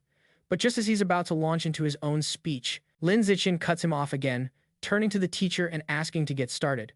Despite Chen Wuking's protests, the teacher signals the match to begin. Furious at being ignored, Chen Wuking rushes forward, glowing with a blue aura, declaring, "Guess, I'll have to knock some sense into him." Lin Zichin meets the charge, his fist blazing with a yellow aura. Their hits collide in a massive shockwave. Chen Wuking apologizes, but Lin Zichin just says he's in a hurry and delivers a powerful punch. The hit is too much for Chen Wuking. He crashes backward, his shirt ripped, face full of disbelief, asking how this could even happen. The entire student body is stunned, jaws dropped, as they witness their strongest fighter getting taken down in an instant. With the school's top fighters all defeated, Lin Zichin turns to the still, stunned crowd. He points to a random student and tells him to get in the ring to fight. The student points to himself in disbelief, and Lin Zichin confirms it, stating they haven't fought yet. The student nervously asks him to be gentle, but Lin Zichin smiles and reminds him that if he participates, he will get a lottery ticket. Motivated, the student rushes into the ring, and Lin Zichin promises to go easy. His promise is short-lived as he immediately knocks the student out with a single punch. A system alert pops up, confirming that his achievement progress in survival of the fittest has gone up by 1. Seeing this, the rest of the students realize there's no shame in losing to someone that overwhelmingly powerful, and they still have a shot at winning the lottery prizes. A wave of fresh energy rushes through the crowd as everyone pushes forward, driven by the chance to score a brand new smartphone. What follows are smooth, effortless wins for Lin Zichin. He stands firm, dispatching every challenger with ease, while his system's counter ticks up by 1 for each opponent he beats. After the last student falls, a big system notification pops up, declaring that by defeating 1,000 different rivals, he has completed the achievement, congratulating Lin Zichin on officially becoming the school's #1 fighter. Leaning in close, Lin Zichin clenches his fist, a victorious grin lighting up his face, thrilled that his long, tough challenge finally paid off. With the quest done, a system notification details Lin Zichin's fresh reward, announcing he's acquired the survival of the fittest trait, which boosts the damage he deals to other living creatures. He thoughtfully strokes his chin, figuring that while it's a straightforward, useful damage boost, he's a bit annoyed the system won't reveal exactly how much the boost is. Mission accomplished. Lyndon jumps down from the ring and declares the challenge is over. The girls groan in disappointment, saying it ended way too fast and they wanted to see more. Without missing a beat, Lyndon grabs Shenninghan's hand, leads her through the parting crowd, and they quickly exit the thinning gym. Later, hearty laughter rings from the principal's office. There, the principal of Shanghai High sits at her desk, congratulating Lin Zichin for officially earning the title of the school's #1 fighter. Leaning in close, she teases him, suggesting that since he took down Chen Wuxing in a snap, he must be hiding some serious power. Relaxing on the couch with Shenninghan, Lin Zichin sips his drink and humbly replies he only held back a little. The principal shoots him a skeptical look, clearly not buying it. She brings up Chen Wuqing's recent special entrance exam for Kyoto University, where he lifted his 690-kilogram barbell with one hand. Based on that, she confidently guesses Lin Zichin's one-handed lift must be at least 800 kilograms. Inside, Lin Zichin knows he can't let her figure out his true, far greater strength. He plays along, saying her estimate is almost spot on, revealing his official stat is 795 kilograms. The principal laughs triumphantly, happy she guessed right. As she basks in her victory, Lin Zichin tries to grab her attention. With his title as the school's strongest set, Lin Zichin immediately shifts focus to what really matters. With a hopeful smile, he raises his hand and asks the principal when he'll get the 8,810 yuan prize money. Amused by his money-mindedness, the principal playfully calls him a little troublemaker but agrees, rapidly sending the funds. Just as she begins to talk about his new responsibilities, Lin Zichin cuts in, asking if there's anything else she needs from him. He then makes a special request. Since both he and Shenninghan love swimming, he asks to use the gym's pool. He clarifies that he wants exclusive use, meaning the pool should be off-limits to everyone else whenever they're there. The principal smiles and quickly agrees, secretly surprised at how easily she said yes. Lin Zichin adds one last condition. He mentions that he hates being watched when wearing his swim trunks, so he'll be covering the security cameras during their private swim sessions. This causes Shenninghan to blush bright red. Immediately, the principal's mind jumps to some suggestive conclusions, imagining what it means for a boy and girl to be alone in a pool with no cameras around. Her thoughts get a little wild, picturing them having a romantic, steamy moment together. Playing along with her own assumptions, the principal grabs a key from her desk and tells Lin Zichin she'll, of course, make sure all his requests are met. She hands him the key, officially giving them private access to the pool. As he takes it, she leans in close and whispers a playful warning, telling him to be careful not to create a new life while they're in there. Lin Zichin is completely confused, wondering what she could possibly mean. As they stroll down the school hallway, Lin Zichin looks down at the pool key in his hand. He thinks to himself that with exclusive access, he can finally start exploring the true nature of Shenninghan's mysterious powers. His thoughts are cut off when Shenninghan stops him, saying she has a favor to ask. Nervously, she explains she's signed up for a singing competition. Although she's practiced her solo parts, she still needs someone to help with the duet sections. She shyly asks if he can practice with her tonight, and Lin Zichin happily agrees. Overjoyed, Shenninghan pumps her fist and skips away with a big smile. Lin Zichin watches her go, thinking about how much this competition matters to her. He smiles, hoping it will help her find some confidence. Later that evening, at Shenninghan's apartment, the two are in her room practicing. She sings into a microphone, while Lin Zichin listens, providing the other half of the duet from his phone. Meanwhile, in the living room, Shenninghan's parents, Shenjian and Shu, are watching them. Her dad voices concern, asking his wife if it's really appropriate for them to be alone together since they're older now. His wife quickly scolds him, reminding him they've been childhood friends and asking what right he has to complain. She tells him not to interfere, causing him to quickly back off. After overhearing her parents talk, Lin Zichin decides it's a good time to wrap things up. He tells Shenninghan they've been at it for half an hour and it's time to focus on homework. As he gets ready to leave, he reminds her about their plan for the next day to hit the school's private pool so she can get more comfortable with her water skills. He tells her not to forget her swimsuit, and she happily nods. They say their goodbyes, and Lin Zichin heads home. Once alone, Shenninghan's mind fills with thoughts about the upcoming pool trip, and a deep blush spreads across her cheeks. She nervously heads over to her closet, debating which swimsuit to pick. She spreads out two options on her bed, a modest blue one-piece and a sexier black bikini. She picks up the black bikini, her cheeks flushing as she worries it might be a bit too daring. Her mind drifts for a moment, imagining a fun scene of her and Lin Zichin playfully splashing each other in the pool. After a brief pause, she decides it's okay since it'll only be him at the pool, and confidently stuffs the bikini into her school bag. The next day, right after school, Lin Zichin and Shenninghan head over to the empty gym pool.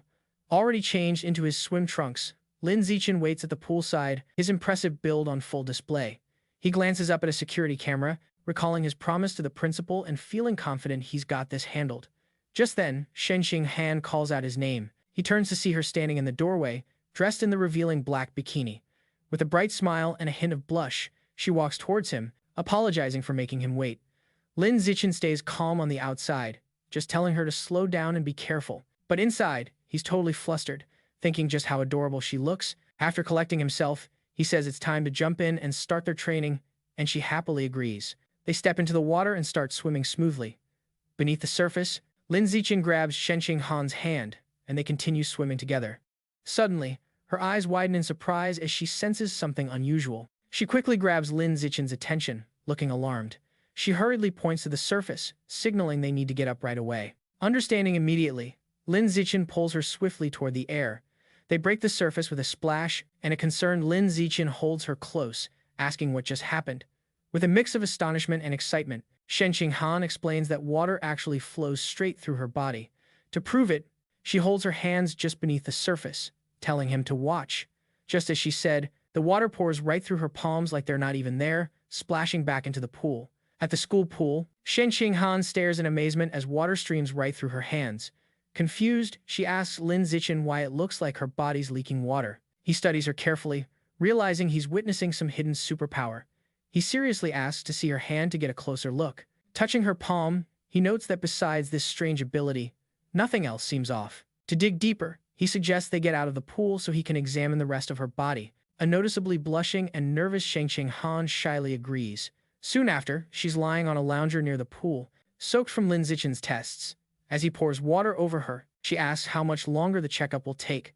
After 3 thorough inspections, Lin Zichin thoughtfully declares no other abnormalities. Helping her sit up, he explains that for now, it seems the power is only in her hands, and she nods in understanding.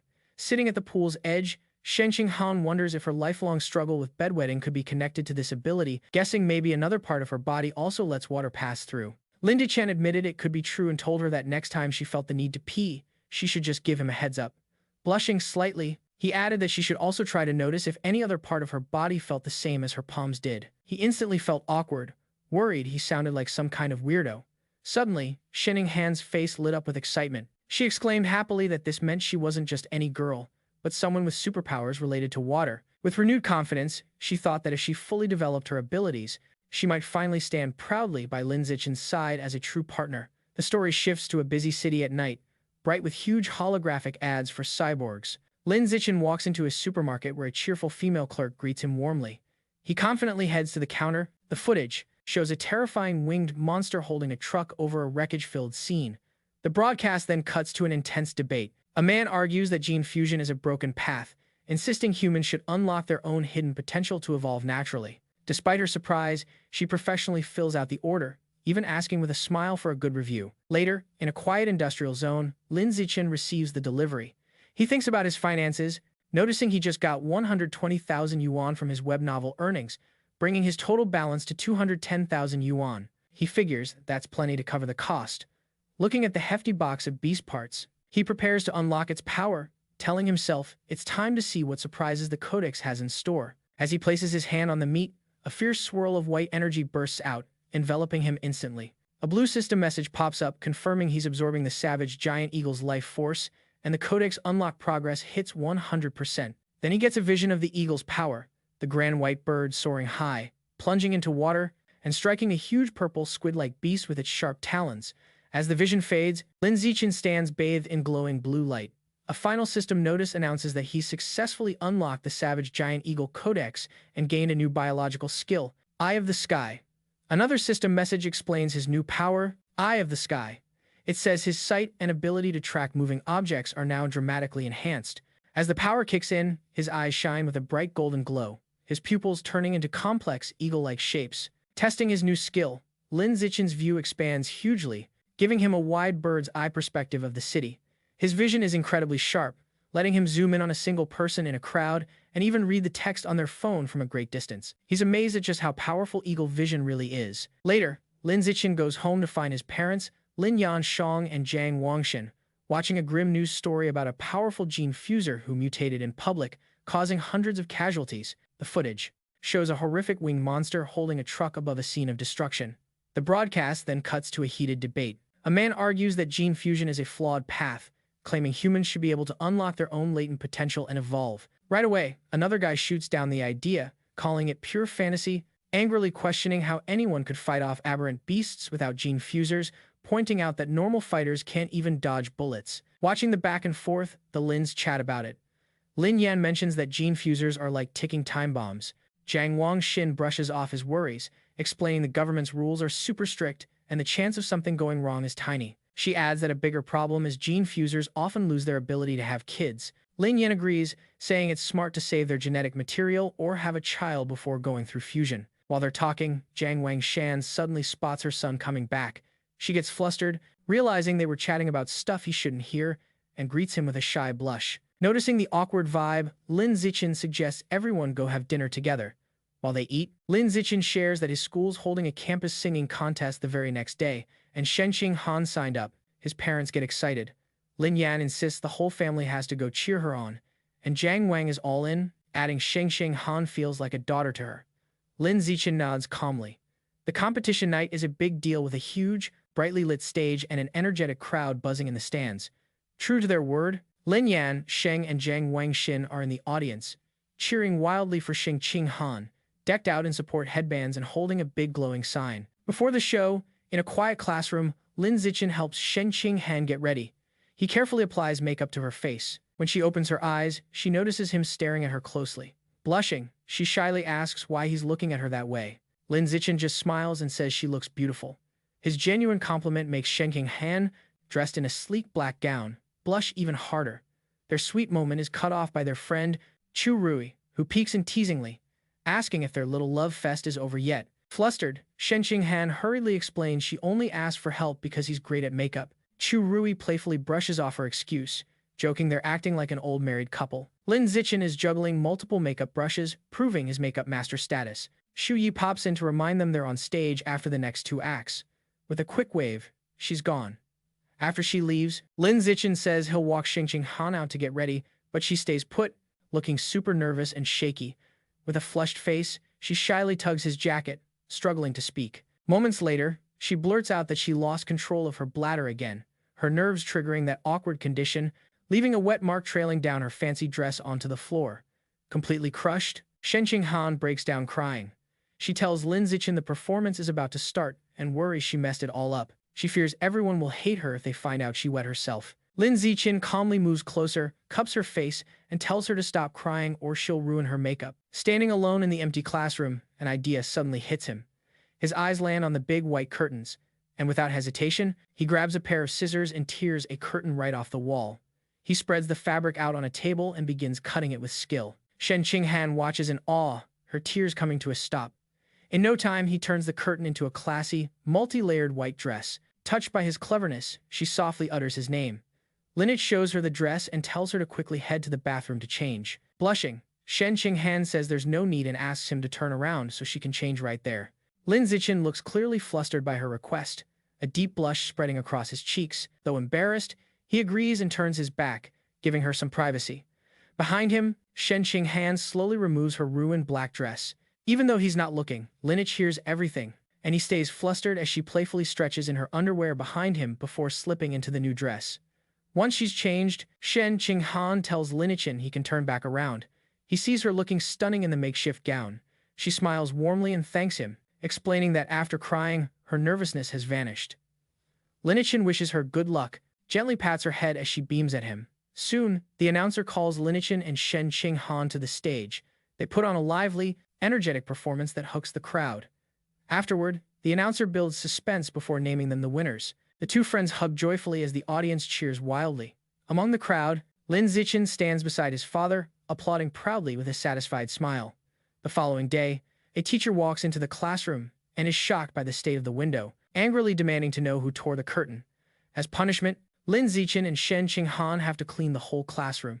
While mopping, Lin Zichin thinks this is a fair penalty. Suddenly, a system message pops up announcing he completed an achievement for cooperating 1,000 times. His reward is the outgoing animal attribute, boosting his combat power based on how many allies are nearby. A small, pleased smile crosses his face at this unexpected bonus, Meanwhile, Shen Qinghan's life is looking up. After her win, she gains popularity. Other girls praise her singing and invite her to karaoke, all while she beams with fresh confidence. She happily accepts. Her newfound confidence also helps her martial arts steadily improve.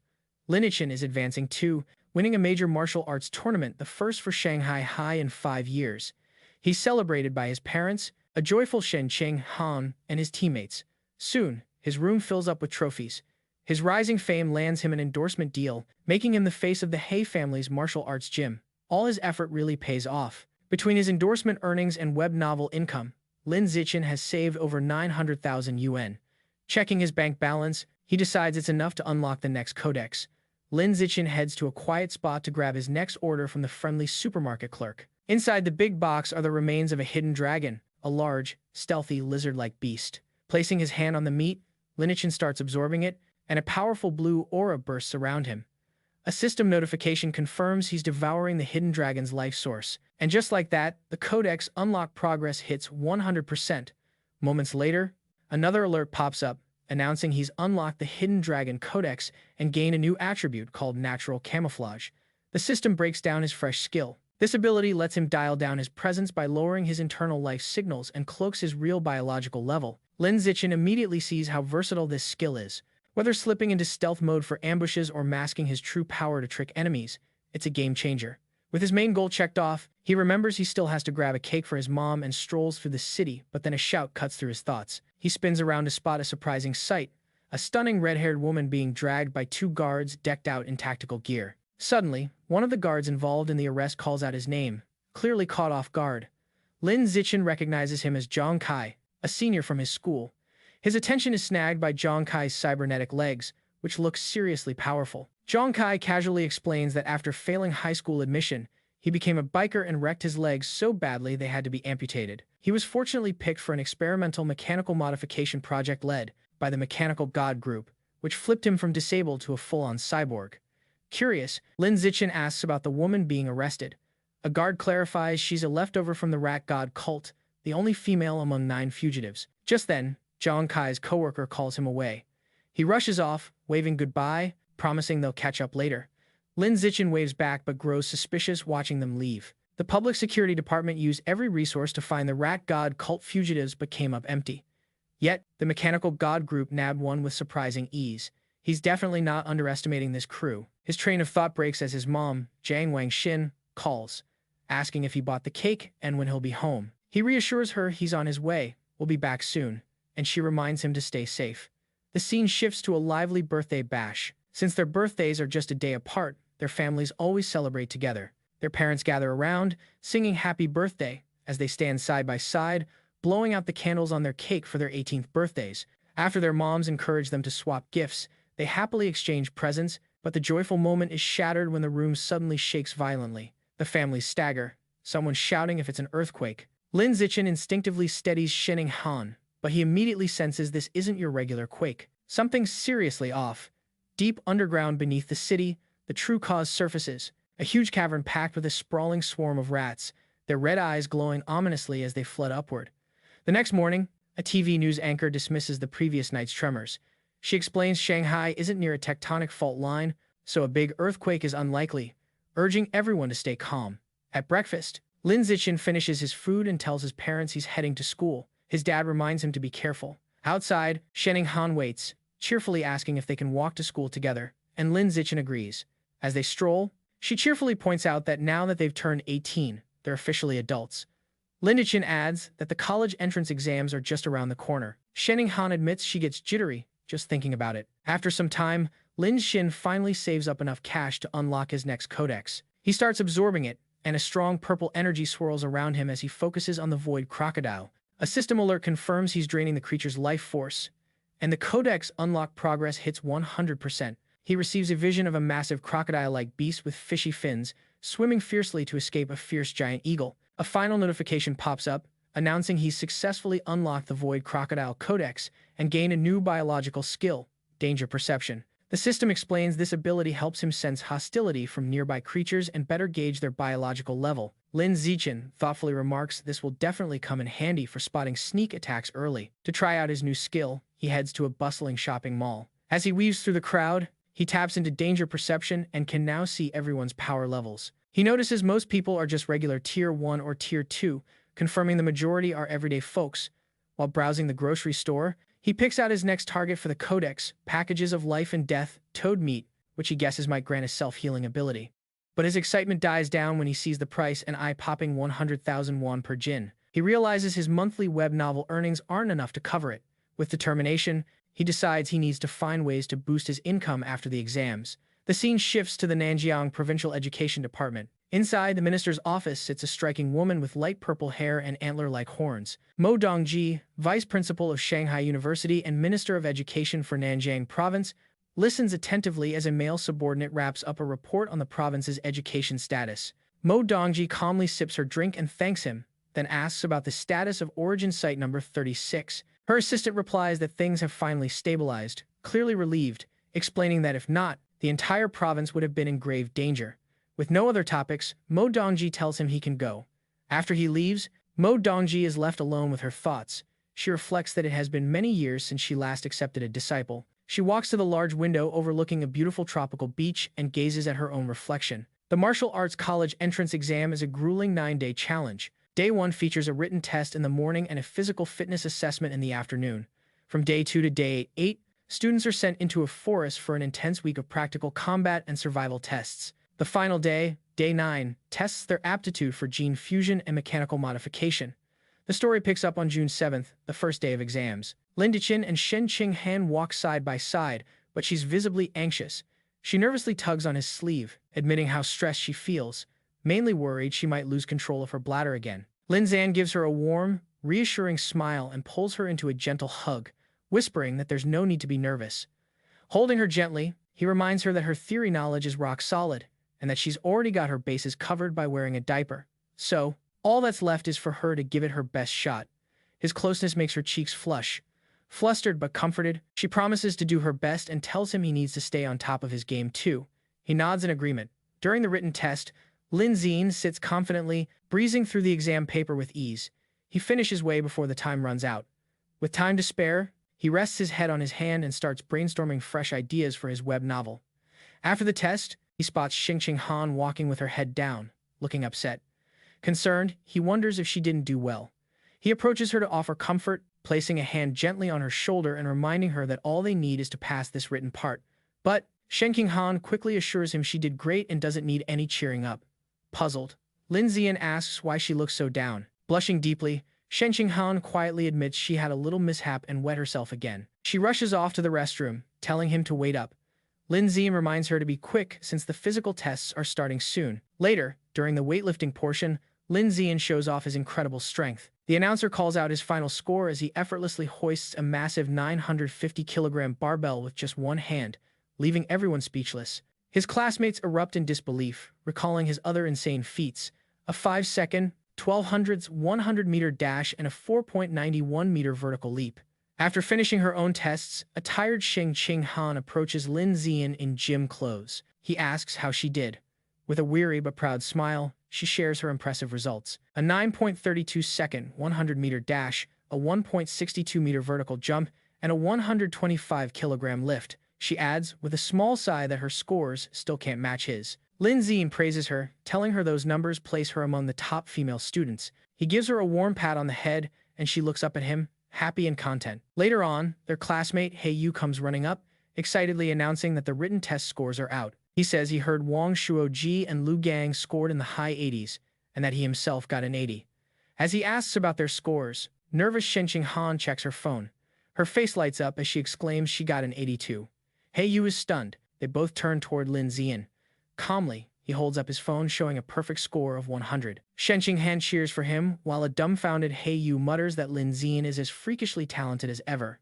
Later, walking home, Shen Han expresses how nervous she is about the next phase, the week-long practical test in the forest. Lin Zichin takes her hand and reassures her, telling her not to stress, because he'll be right there to protect her. Feeling comforted, she agrees to stay close.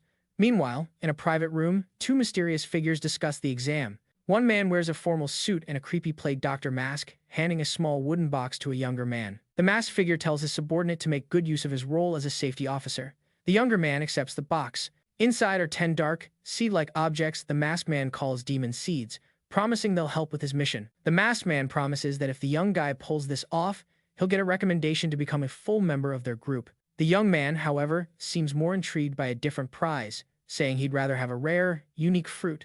The masked man scoffs, calling him short-sighted. He explains that one fruit could only push him up to a mid-level rank. But joining their group, that's the real gateway to evolving into a truly advanced being. After a pause, the young man is convinced, agreeing that becoming an official member is definitely the better reward.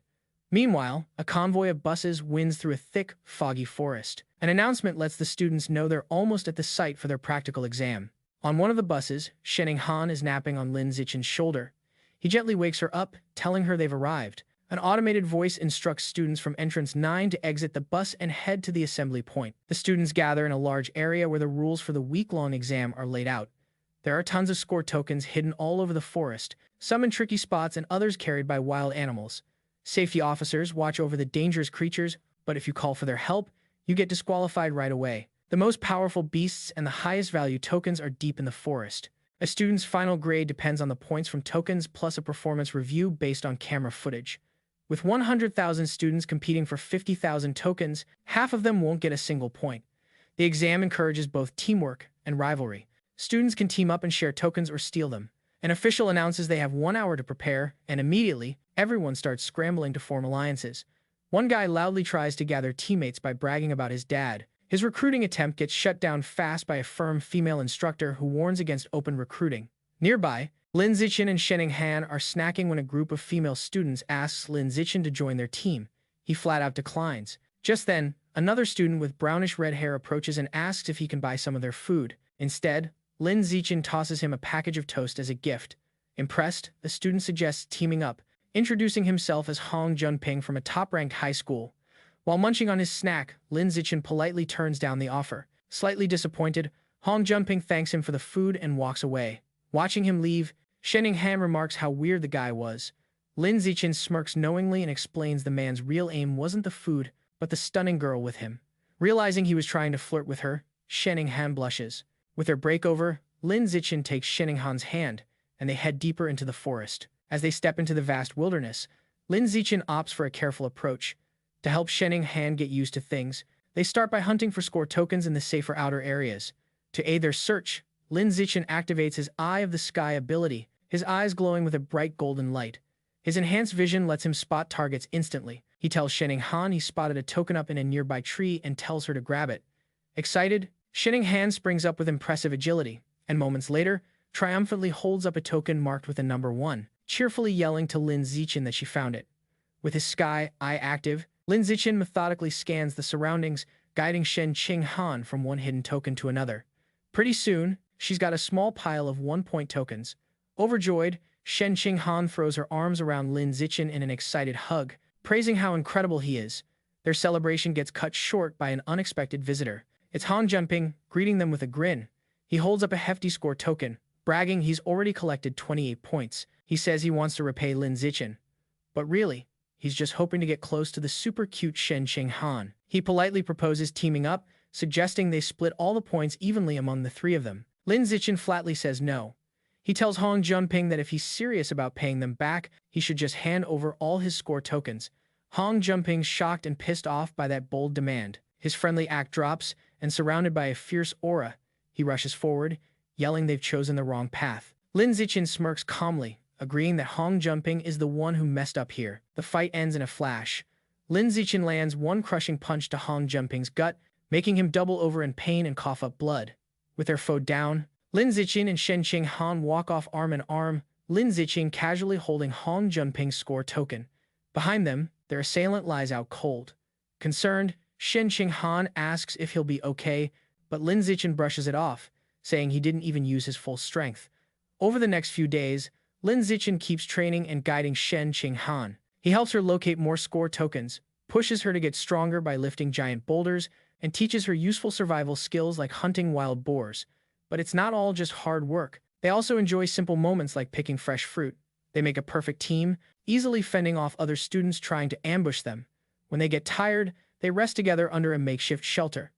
As Shanghai Han naps on his shoulder, Lin Zichin looks at her with gentle affection, wishing the calm moment could last a bit longer. Finally, they reach the forest's central area. Shen Qinghan points to a wooden sign that reads ominously, "Danger, Aberrant Beast Zone," but as they go deeper, the place is eerily silent. Shen Qinghan notes they probably showed up too late since there are no aberrant beasts around. The only clue anything was here are huge, creepy bloodstains splattered across the path. Walking through the forest, Shen Qinghan feels disappointed, wishing they had arrived sooner so she could have earned the genius title by slaying aberrant beasts. Lin Zichin pats her head, comforting her that the title isn't a big deal, and it's time to head back. He reflects that with cameras everywhere, beast hunting is impossible. So, it's smarter to focus on honing Shen Qinghan's survival skills. After the combat assessment, the students move on to the next phase, the gene fusion compatibility test. They're taken to a high-security facility on an island. At the Island Gene Research Institute, they're told to line up for the test. Inside the lab, students wait anxiously for their blood to be drawn. Qinghan asks Lin Zichin if the test tubes contain the reagents for the test. He confirms they are filled with flowing cloud jellyfish genetic reagents. This jellyfish's genes bond well with the human body, causing a unique chemical reaction with human blood, making them the perfect reagent for the test. The process requires injecting the student's fresh blood into the jellyfish reagent to observe the chemical reaction, which will show if a student is a good candidate for gene fusion. While waiting, a nervous Hugh hopes to pass the gene fusion test, wanting to avoid the mechanical modification test. Chu Rui adds that the mechanical test is said to be painful, like getting burned, since it involves implanting special metal alloys into the body, which terrifies Hugh and sets him praying. After blood draws, students wait about an hour for their results. Scores start arriving, and a girl celebrates her 8% compatibility, enough to qualify as a gene fuser, while another feels down about a 4% score. One classmate breathes a sigh of relief for barely passing with 6%. The students talk about the grading scale. 6% is passing, 8% is excellent, and 10% is needed for top universities. They also mention the famous Kyoto prodigy has a 16% compatibility rate. Hearing that, Lin Zichin quietly wonders what his score will be, thinking maybe, with his superior physique, he could hit 20%. Qinghan, getting nervous, grabs Lin Zichin's arm for comfort. He calmly takes her hand, telling her it's normal to be anxious and that she shouldn't worry about not keeping up if her score is low. Suddenly, their friend Chu Rui cheers, saying she scored 10%, high enough to get into the top universities. He, however, looks a bit let down by his own 11%, feeling it should have been higher. Seeing others get results, Lin Zichin turns to check his phone. Qinghan, too scared to look at hers, asks him to see his score first, and then hers. He agrees and taps his phone. The result shows a remarkable 15%. Overjoyed, Qinghan throws her arms around Lin Zichin in a big celebratory hug, exclaiming that with a score like that, he's definitely the top scholar in the province. Despite her excitement, Lin Zichin feels a bit let down that his 15% is still less than the Kyoto prodigies. He realizes physical strength isn't the only factor in gene fusion potential. He gently tells Qinghan it's time for her to check her results, and she nervously agrees. He tries to reassure her, saying if someone like him can get a good score, she can too. But when he pulls up her result, his face changes to shock. Qinghan and Chu Rui look at the screen over his shoulder, sharing his surprise. The screen shows an unbelievable result. Qinghan has a gene fusion compatibility of 21%. The scene changes to the Nanjing Provincial Ministry of Education headquarters, where Mo Dongji is in a meeting with officials, including the principal of Shanghai High. Mo Dongji announces the gene fusion compatibility results are in. First, they see Lin Zichin's profile, noting his impressive 15% score, making him the top scholar in the province. The other officials congratulate the principal of Shanghai High, and though she acts humble, she's quietly proud inside. Just when everyone thinks the top student has been revealed, Qinghan's results pop up on the screen. Her compatibility score of 21% sends shockwaves through the room. Officials gasp, doubting whether such a high figure could be real. The principal shares their surprise, remembering Shen Qinghan as just Linda Chan's normal childhood friend. This incredible result grabs Moonji's attention, who immediately asks for more details about Qinghan. The principal from Shanghai High nervously suggests to Moonji that it must be a mistake since Qinghan's academic record was always average. With a deep sigh, Moonji decides there's only one thing to do: go check it out herself. Back at the testing hall, students erupt in confusion over the 21% reading, questioning if the test malfunctioned. Qinghan looks at Lin Zichin, stunned, and asks if there was some kind of error. Lin calmly replies that he doubts it's a mistake. He leans closer, explaining she has a natural affinity for water. Since the test used a reagent from a water-based beast, like the flowing cloud jellyfish, her result actually makes sense. Qinghan's eyes brighten with understanding.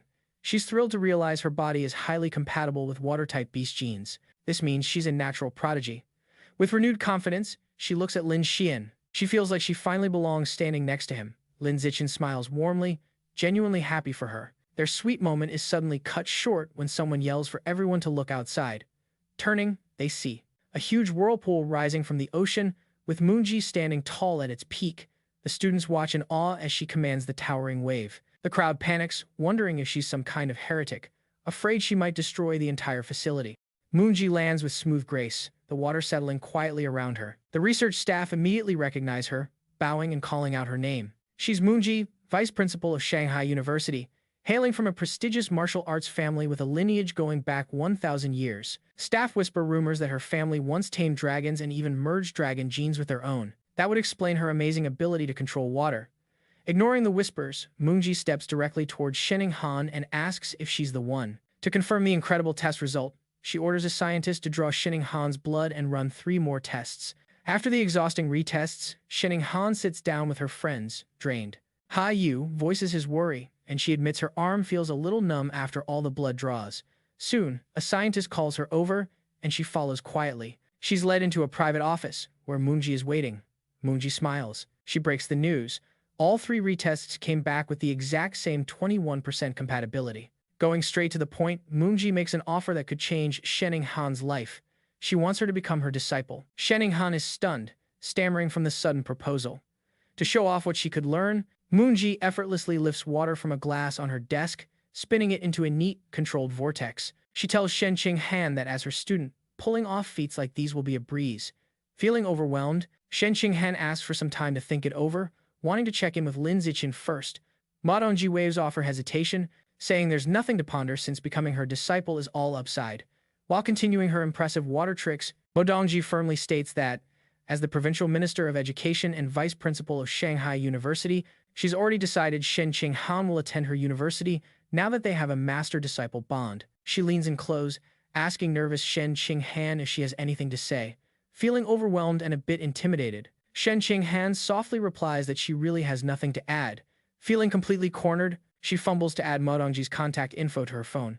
Ma Dongji then lets her know she has another disciple who will be Shening Han's senior sister. She explains this senior sister is about the same age but began her training over 10 years ago. Ma Dongji sends a picture to her phone, saying she'll introduce them when the time is right. Shening Han is stunned when she sees the photo of a white-haired girl holding a spear, standing over a monstrous carnivorous plant and surrounded by bones. She instantly recognizes her as her old friend Bei. She asks Ma Dongji for her senior sister's name. Ma Dongji says it's Luoqian Shuer and asks if Shening Han knows her. Shening Han explains she had a friend in elementary school named Bai Shuer, who looked just like the girl, but who suddenly transferred away.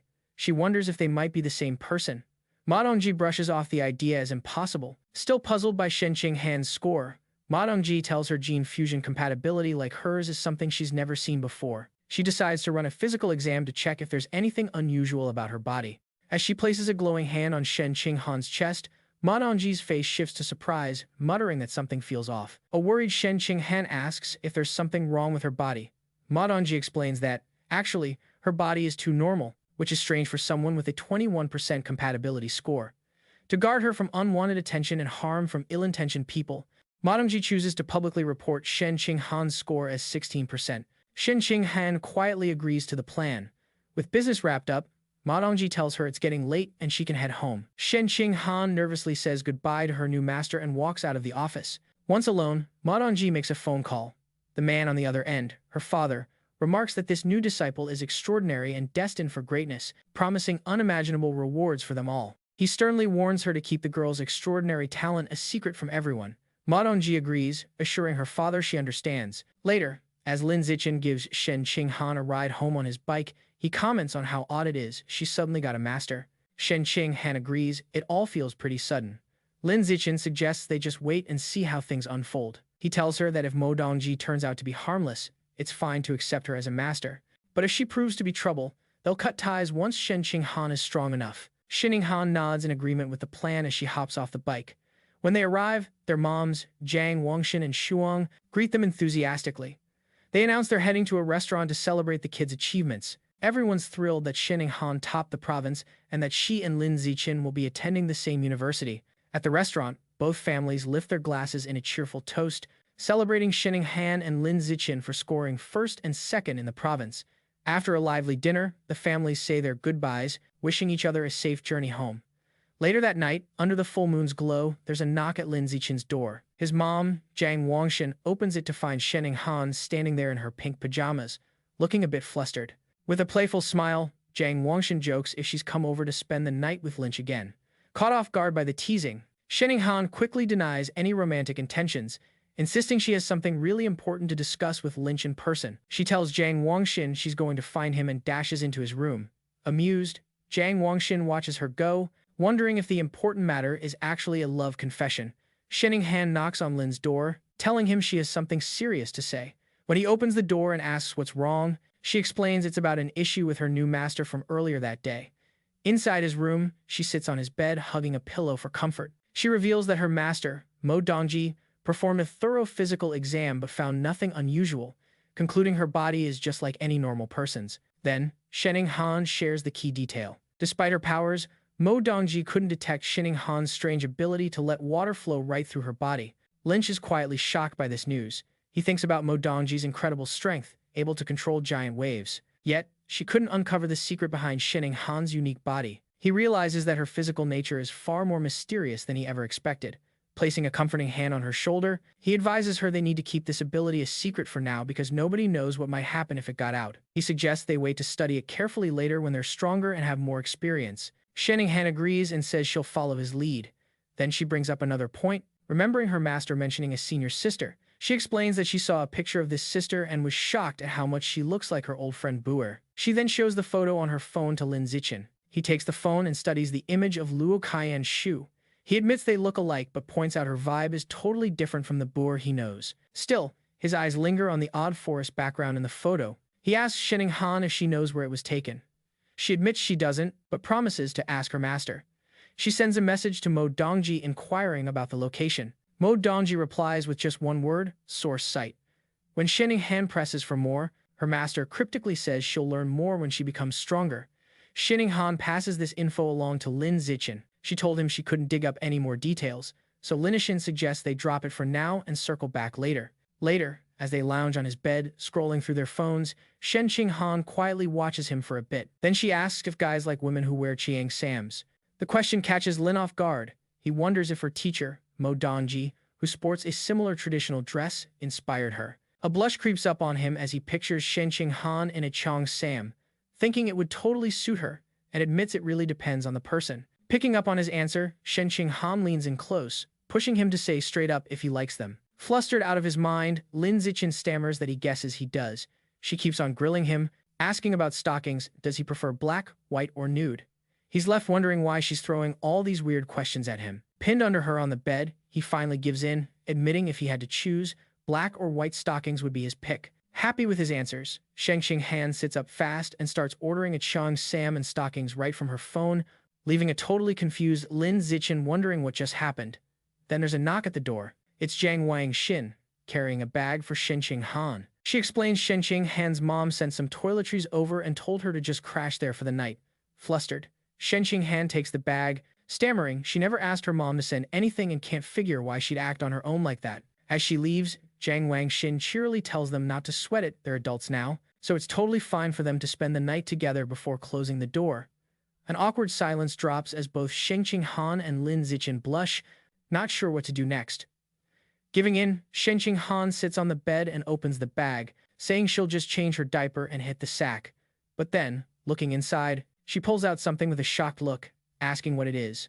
Horror dawns on her as she realizes it's a box of those safety things. Mortified, she wonders what on earth her mom was thinking, packing that in her bag. Panicking totally, she stammers she's gonna change and bolts off the bed, tripping over her own feet and face planting on the floor in her rush to escape. Lin Zichin just sits there, completely baffled by the mess and wondering what's going on. Lin Zichin and Shanghai have both been accepted into the Evolution Academy at Shanghai University. Lin Zichin tells Shanghai, who's perched on the back of his bike, to hold on tight because they're about to roll. She wraps her arms around his waist. They've also both signed up for the He family's martial arts gym and are headed to a promo event today. Riding through the busy city streets, Lin Zichin suddenly spots a strange group blocking their way. A man wearing black and gold robes, flanked by guys in white karate uniforms, steps forward and asks if he's Lin Zichin. Surprised, Lin Zichin stops the bike and asks who they are. The man introduces himself as Liu Chuan-Wu, Dean of Shanghai University's Budo Academy. However, he makes it clear that he's not here in any official role, but rather as a rep for a group called Tianren-Ge. Tianren-Ge is a pretty old-school organization that's against gene fusion and mechanical alterations, choosing instead to tackle threats using traditional martial arts. Lin Zichin has heard of them before, but inside, he brushes them off, thinking their beliefs are way off base and that they're just leading their followers astray. Liu Anwu officially invites Lin Zichin to join Tianren-Ge. Lin just ignores him and tells him to step aside.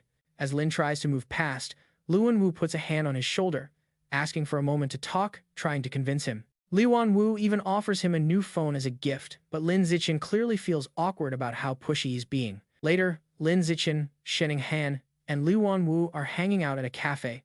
Liu Anwu explains that Tianren-Ge studies how to unlock the potential of pure-blooded humans without messing with gene fusion or machines. He gets fired up, saying their mission is to help humans break past normal biology and evolve into advanced, rare, or even epic beings. To back up his claim, he shows Lin a video on his phone. In it, Liu Anwu states his biological level is regular tier 9 and faces a tough opponent. The video shows Liu Anwu going up against a high-level gene fuser. Lin Zichin's eyes widen when he recognizes the winged guy in the video as Wu Yanqing, that powerful prodigy who took down the rat god cult all by himself. The fight plays out, with Wu Yanqing soaring high and raining a deadly storm of sharp feathers over Liu Anwu.